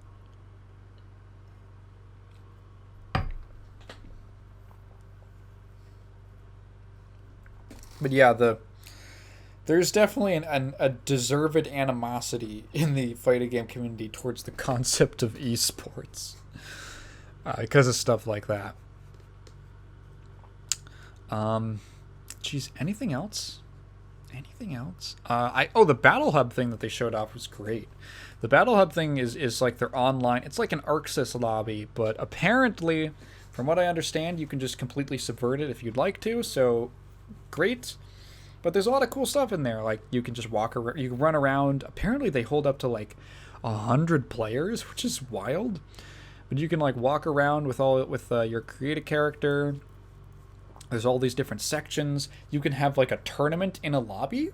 I hope you can like make a battle lounge, if that makes sense. And that's like your lobby, and you can have like a big tournament with everyone. And you can like sit down and spectate the match on like a big screen. There's like a section for arcade games, and it's all like classic Capcom arcade titles. The only two that they confirmed so far are SF2, or like Super Turbo specifically, and Final Fight. But there was one that I noticed in the background. I actually didn't. Capcom. It's called like Magic Sword. Yeah. So Magic Sword. They show. You can see the title screen in the background. So this is like. Looks like a Super Nintendo game, or maybe an arcade game they had. Looks like a Super Nintendo game. Oh no, there was an arcade version. It looks like a side-scrolling hack and slash game that they did in the in 1990. Wow. So yeah, you can go play that. That's pretty deep pull. You can just sit down and just play. A classic Capcom arcade game, which is cool. And even on top of that, in the single player, there was like a whole side-scrolling beat-em-up style section, like gameplay mode, where people were likening it to Final Fight. I don't know if it's exactly like Final Fight, but that's clearly what they're going for. Where like you get points and everything for like beating up enemies, and you go on this like 2D level, and you're like playing your created character. That stuff is so cool. God, there was so much. Extreme Battle. I love this. Extreme Battle is just funny, basically like special game modes. So they essentially have a whole bunch of alternate rule sets and basically gimmicks for the match. Like, so alternate rule sets that you have like, instead of having a regular health bar, it's the first player to get, you have like the first player to score like 5 knockdowns on their opponent wins. So your health is actually just like how many knockdowns you have left that you can take. Or they have one that's like a tug of war, where you and your opponent trying to go back and forth to get more damage against each other before like a time limit runs out. There's a mode where it's like if you have to like earn points by like doing different requirements that pop up. So it'll be like, do a jumping attack, and then you're the first person to taunt, and you have to like, whoever does it first earns the points. And then on top of that, they have all these extra little mechanics that you can pair with it, where I think you can only have 1 and 1. You can't do like, obviously the alternate rule sets are like, yeah, you can only have one of those, but the mechanics you can only like pick one. So like there's like a bowl that'll run past you, it'll like run across the screen and like knock you into the air or like stagger you backward. And it'll just come randomly. Apparently, it mentioned something about like maybe you can like knock the bowl back. There's like a bomb.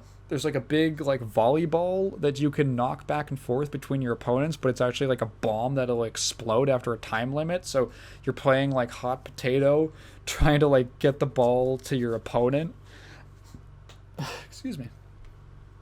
There's some kind of like giant air hockey paddles, and they're like knocking a puck back and forth or something. There's like these two electrodes that come down from the top of the screen and will just like shock the entire screen and both players after like a time limit or something. Like I have no idea how it works. Just like weird fun stuff. Like this is just a thing that you could mess around with, like a special game mode like Smash Brothers does, with all these special rules you can set. Really cool. It's just like, again, there's no reason to have this. It's just there to be fun. And even if you don't engage with it, like if you don't care too much for it, the fact that it's there is very encouraging, because it's like the golden saucer in Final Fantasy XIV. Golden saucer is just this big area where the entire deal, like, it has no real story relevance. There's like a couple side quests you can do, but there's no story relevance really. There's no like greater progression thing. It's just a way for you to like have fun. There's just a bunch of fun mini games, and there's like a whole card game that you can play. You can play Triple Triad, and then you can get a deck of cards from the Golden Saucer, and then there's all these NPCs around the world that you can play Triple Triad with and get new cards, and it's just fun. And it's like one of the shining examples of how that game's development team is like cares about the player experience, because they changed it. Like they didn't just leave it, they didn't just add it and leave it. Like the Golden Saucer, from what I understand, actually went through a couple different iterations over the years, with them taking out and changing different mini games. Like if something just wasn't fun, they just take it out and replace it with something better. There's like this whole pet battle thing where you take like little pets and like little goobers, and then you play them in like a MOBA, and you like try to destroy the opponent's like structures. It's so crazy. There's this whole thing of like chocobo racing, and you can like breed chocobos, and they'll have like different stats. It's like this whole complex system, and it doesn't tie at all into the rest of the game. It's just a fun thing you can do on the side. And that just shows that they care. They want, like, someone is going to get really into this.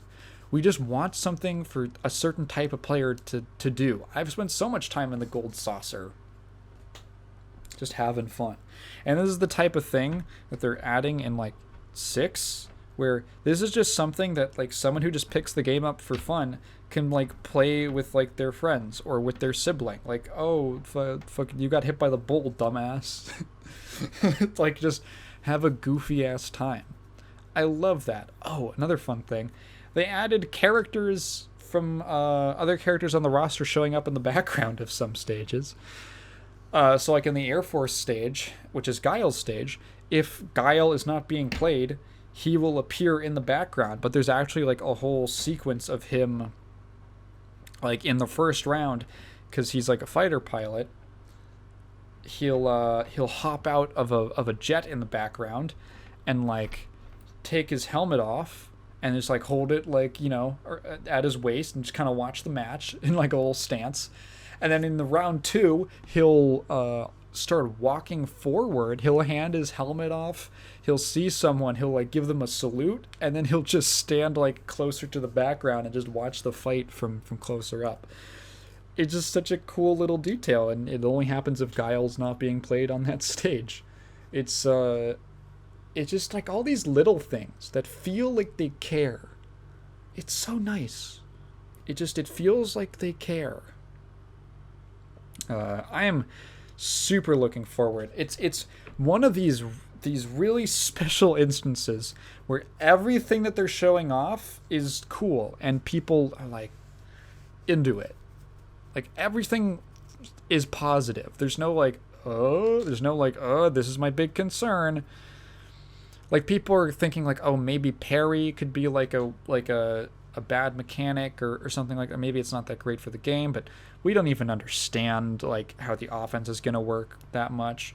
One thing that I actually do like is that things are plus in this game. Like a lot of pressure seems like very plus on block, whereas a lot of prior games like Street Fighter V, for instance, a lot of things are negative, and that's because a lot of fighting games kind of have gone towards this, where a lot of things are just not safe on block. And the reason for that is because it makes mashing more effective. And like that's like I get it, but I like making the opponent block. I like making the opponent hold a block string.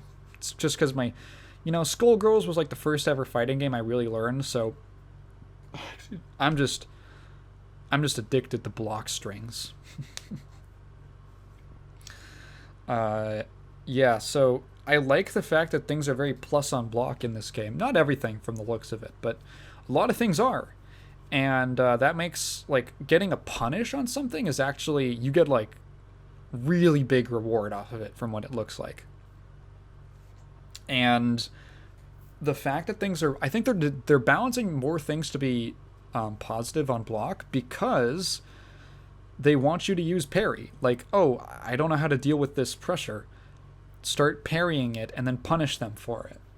You'll get more frame advantage, but then, maybe they'll expect that you'll parry, so they'll, like, bait your parry out, and then they'll, like, run up and throw you, or something like that. Or they'll hit you with, like, because parry, I think, has punish, like, they call it a punish counter at the end of it. Oh, I didn't even mention that! The training mode. They showed off the training mode features. Oh my god. There's, like, actual frame data in the game, and it's, like, they have like if you've ever played Skullgirls, speaking of, the exact same like little like bars to show like a move's startup and active frames and recovery, and it's like basically they literally said it's like a dev tool that they're just giving to the player. Like, oh yeah, you can see all the frame data, which is fantastic. Thank you. And again, Skullgirls did this 10 years ago, but still, it's nice. It's nice that it's hopefully starting to become the standard, because developers are so scared.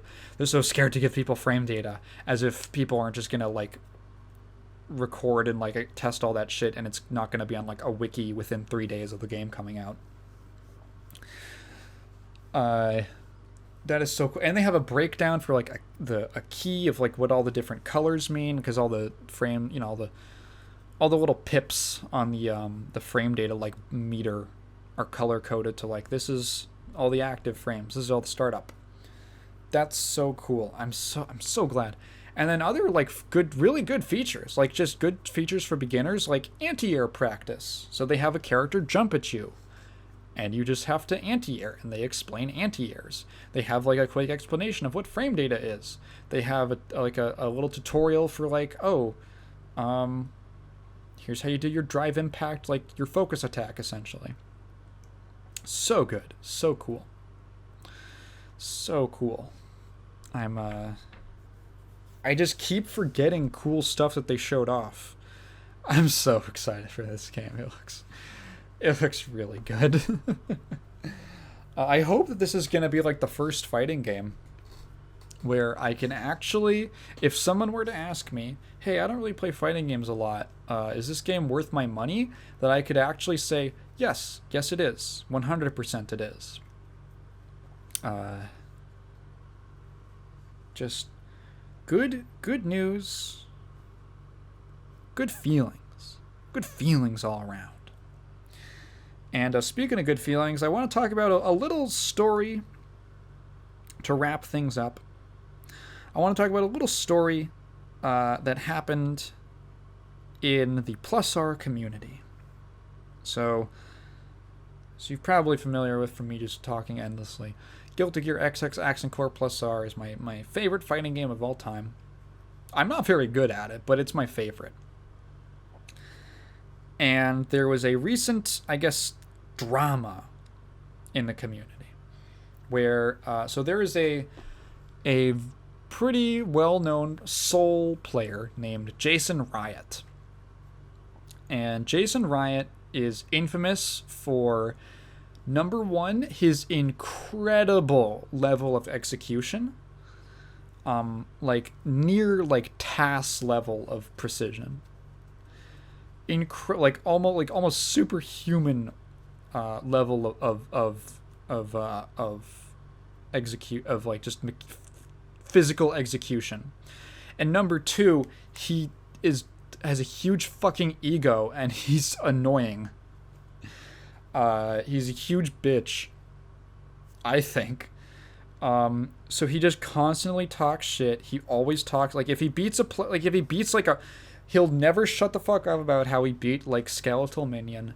He'll never shut up about how he beat Elven Shadow. There was the thing that solidified it for me was that, so, you know, when people do, every time there's like a community tournament, right?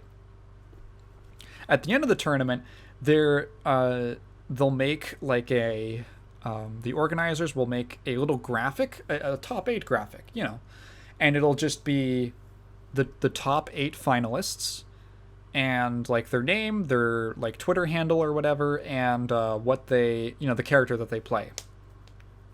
A little graphic. Jason got second place. Okay, so well, I should one month it shows up and it's the graphic just doesn't have a second place. It goes first, and then there's just an empty spot, and then third, and the rest of the list.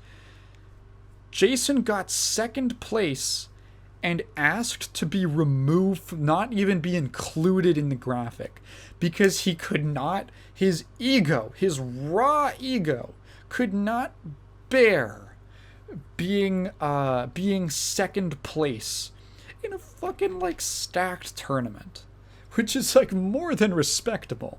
More than, no one would hold that. People were like, damn, you got second place. That's pretty good. But his ego couldn't handle not having the first place graphic. That solidified, like, this guy's such a bitch. So this post goes out, and it's from it is from I should have checked this.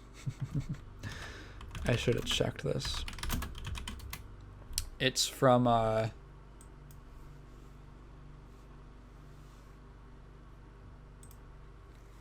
tournament series. Oh, the tweet's been deleted. Okay.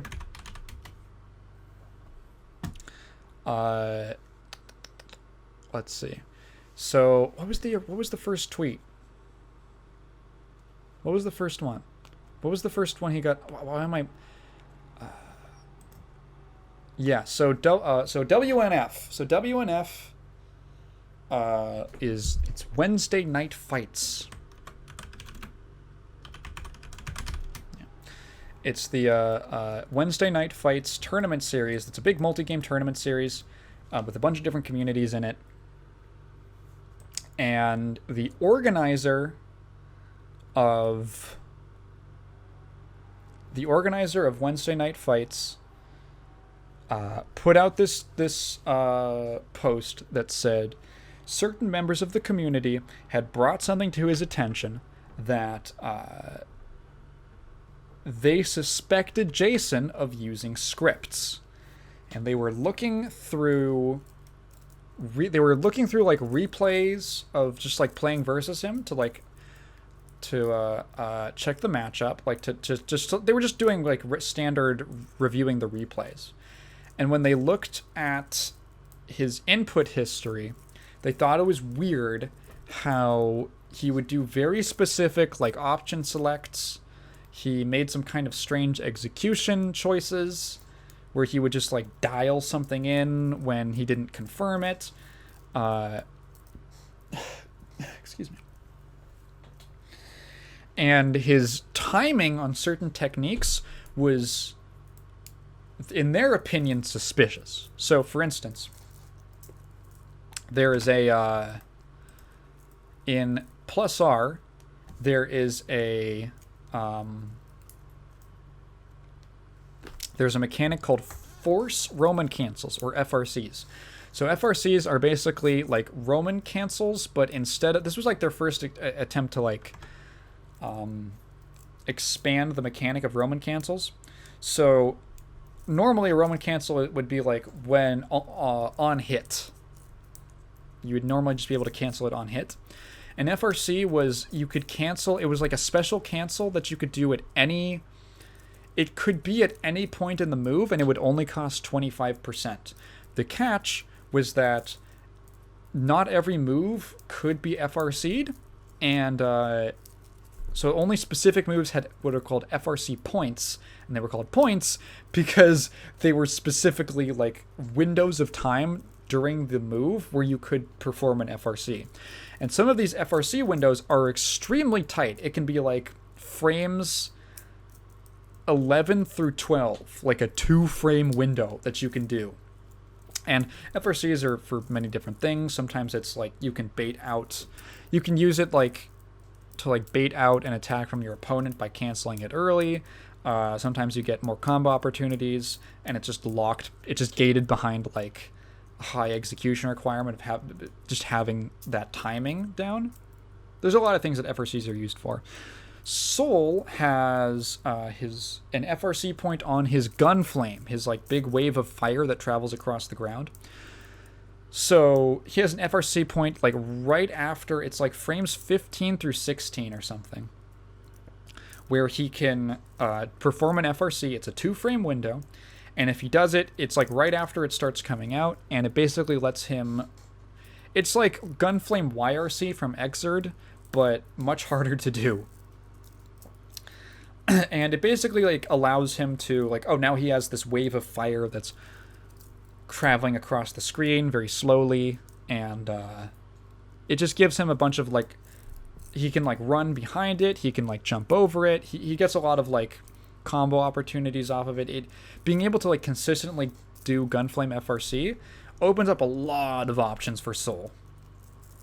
And Jason had what in their opinion was an unreasonable amount of consistency with Gunflame FRC. So they bring this attention to Light, who is one of the who is like the organizer for one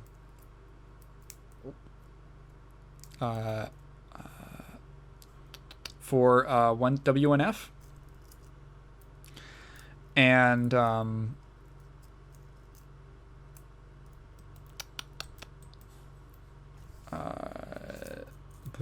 getting this. I'm trying to remember the specifics, because again, these are real people, and again, like, don't harass anyone, right? Don't harass. I feel like I shouldn't have to say that, but don't harass anyone who was involved in this. So in their opinion, they suspected him of scripting. They bring this up to Light. Light issues a ban. They say Jason is banned from WNF. And it likely means that he would be banned from other tournaments if he's a known cheater, right? Jason, other people had reached out to Jason asking him if he could clear it up before the ban went out. He didn't respond. The ban went out, and then he said that he could prove that that he was not cheating. He ends up, and Light laid out like these are the ways that he could exonerate himself if he like went on stream with a hand cam, and literally showed him doing the inputs. If he went on training mode and he just showed himself actually performing this stuff, that it was legit in a live setting. And Jason did just that. He went on stream, and he proved, he was just doing that shit. He was just doing that shit. And he also submitted a bunch more replays from games that he had, and some other community members. Who else? One of them was, Omega Tom Hanks Florida and Oreo Speedwagon, who I know from the Plus R's Discord. He's a Slayer player. Cool guy. I've literally gotten like matchup advice from him. Very neat dude. Shoutouts to Oreo. They looked over a bunch of other replays of Jason. There was footage that came out of Jason going in, because that was the other thing, was that like, oh, Jason, he only plays online tournaments. He doesn't go to in-person tournaments.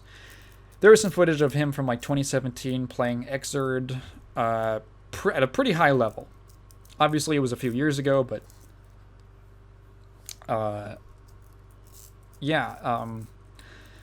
so then, literally like 24 hours later, Light puts out a post on the Discord saying, Omega Tom Hanks Florida and Oreo Speedwagon have put an incredible amount of legwork into exonerating Jason Riot. I believe that despite the several issues I had with his Twitch stream, the analysis of his replays is compelling enough, because they went through and they analyzed a bunch of his replays. The analysis of his replays is compelling enough for me to formally unban Jason Riot from WNF's Plus R. I will have a full video going up later, yada yada. So, what the fuck? I literally just clicked, and the fucking Twitter likes to update when I don't want it to. So Tom Hanks and Oreo put so dumb to say, but they put out like a document, and they just going through every single thing, like Gunflame FRC, like his crazy consistency doing that. Then they go debunked, not the same input every time, varies by a couple frames, and consistent 2-frame FRCs are not out of the realm of possibility with practice. Statistical analysis of 5 matches with the hand cam, accuracy is between 75 to 80% on 2-frame inputs. That's also viable. Inputs are also consistent with the specific way that he holds his thumb in a certain way on the controller.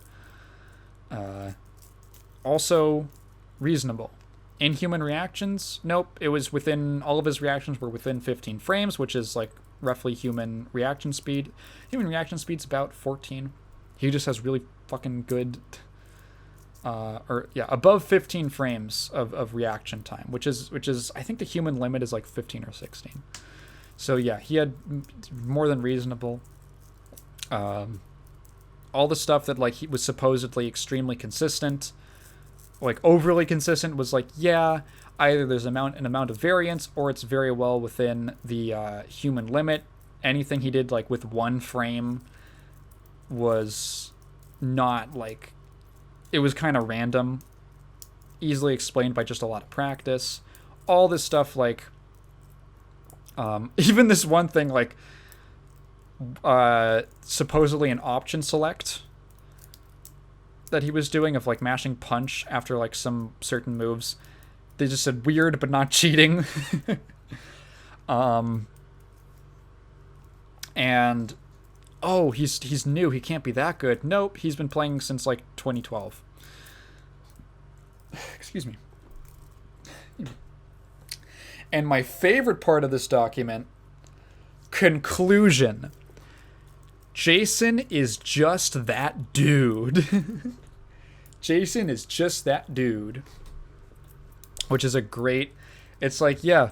So, like, is he a bitch, and does he have a big ego that's annoying? Yes. Is he just really good? Also true. The guy is just really good. He's like a textbook villain that you kind of like, oh, fuck him. That guy sucks, but he's too good. And I mean, like, even like people who know him are like, yeah, he's kind of, or who have interacted with him are like, yeah, he's annoying, but he's not like a bad guy. He's just annoying and he has a big ego, which he partially deserves. Like, yeah, he could be more graceful about it, but he is really fucking good at Plus R. And so this was like a big, it was definitely like a fuck up on the part of the tournament organizers to just like accept that without a lot of I think they should have given it more than like 24 hours.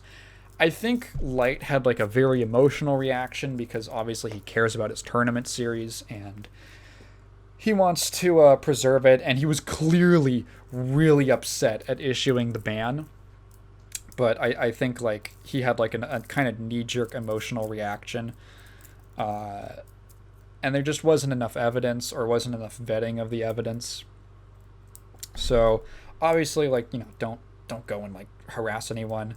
I think everyone just wants to move on from the situation, and just not let it higher. Just have higher proof standards in the future. Like, this is, if anything like this happens again, it's going to be an example of like, hey, remember what happened with Jason Riot? Yeah, let's like give it 3 days, or let's give them a chance to respond.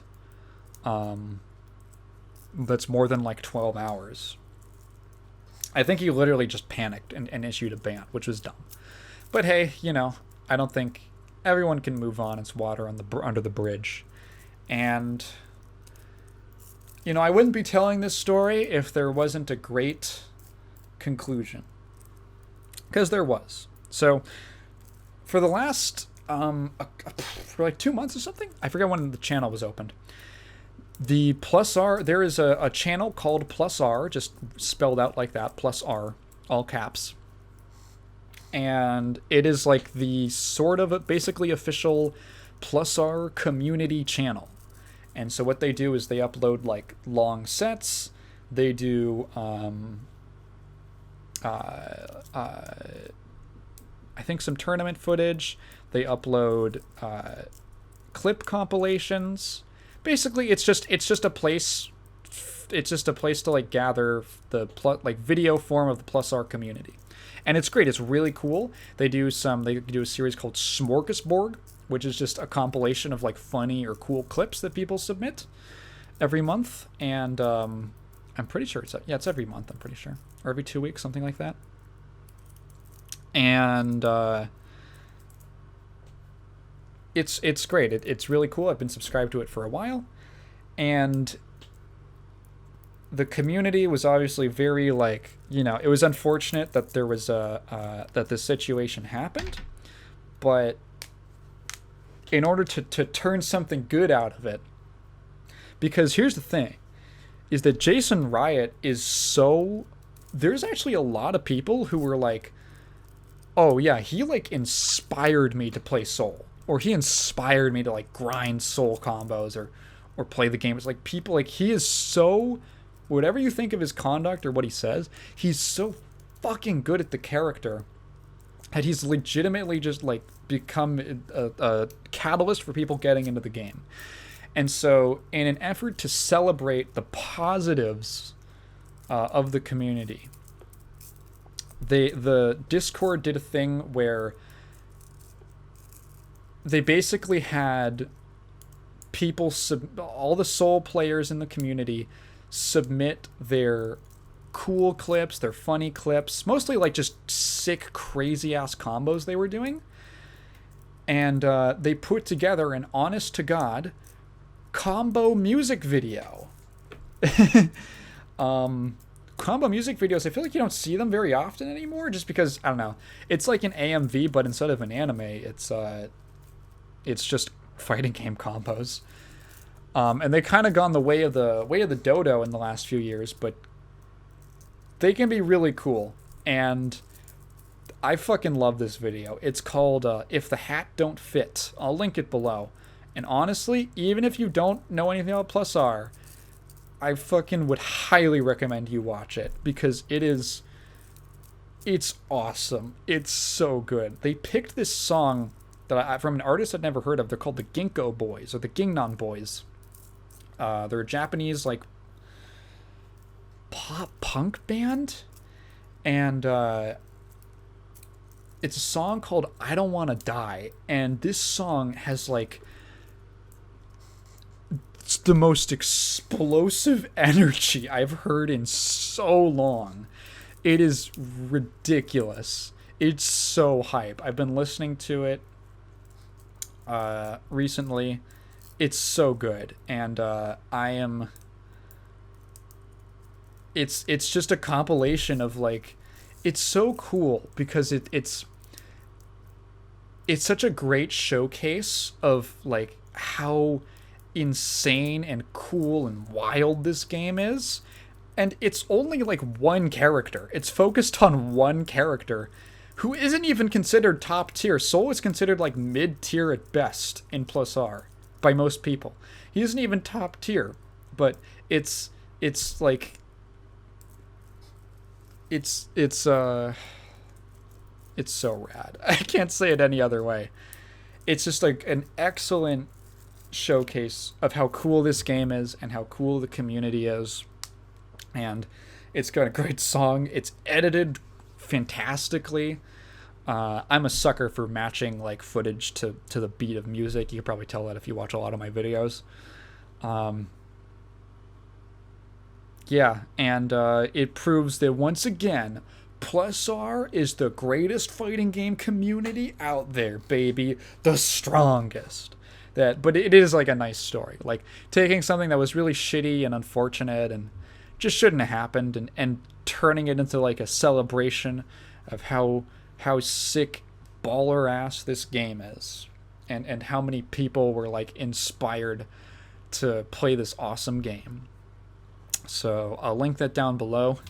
And with that, I'm going to draw this one to a close. If you've been listening this far, thank you so much for listening to me ramble for what, 2 hours? If you have a question, leave it down in the comments below, and I will definitely get to it next time. But please phrase it in the form of a question, because I don't just want to read your thoughts out loud. I have a Patreon. Watch out for the main channel video coming who friggin' knows when. Check out the Clips channel. I don't have anything else to shill. Bye.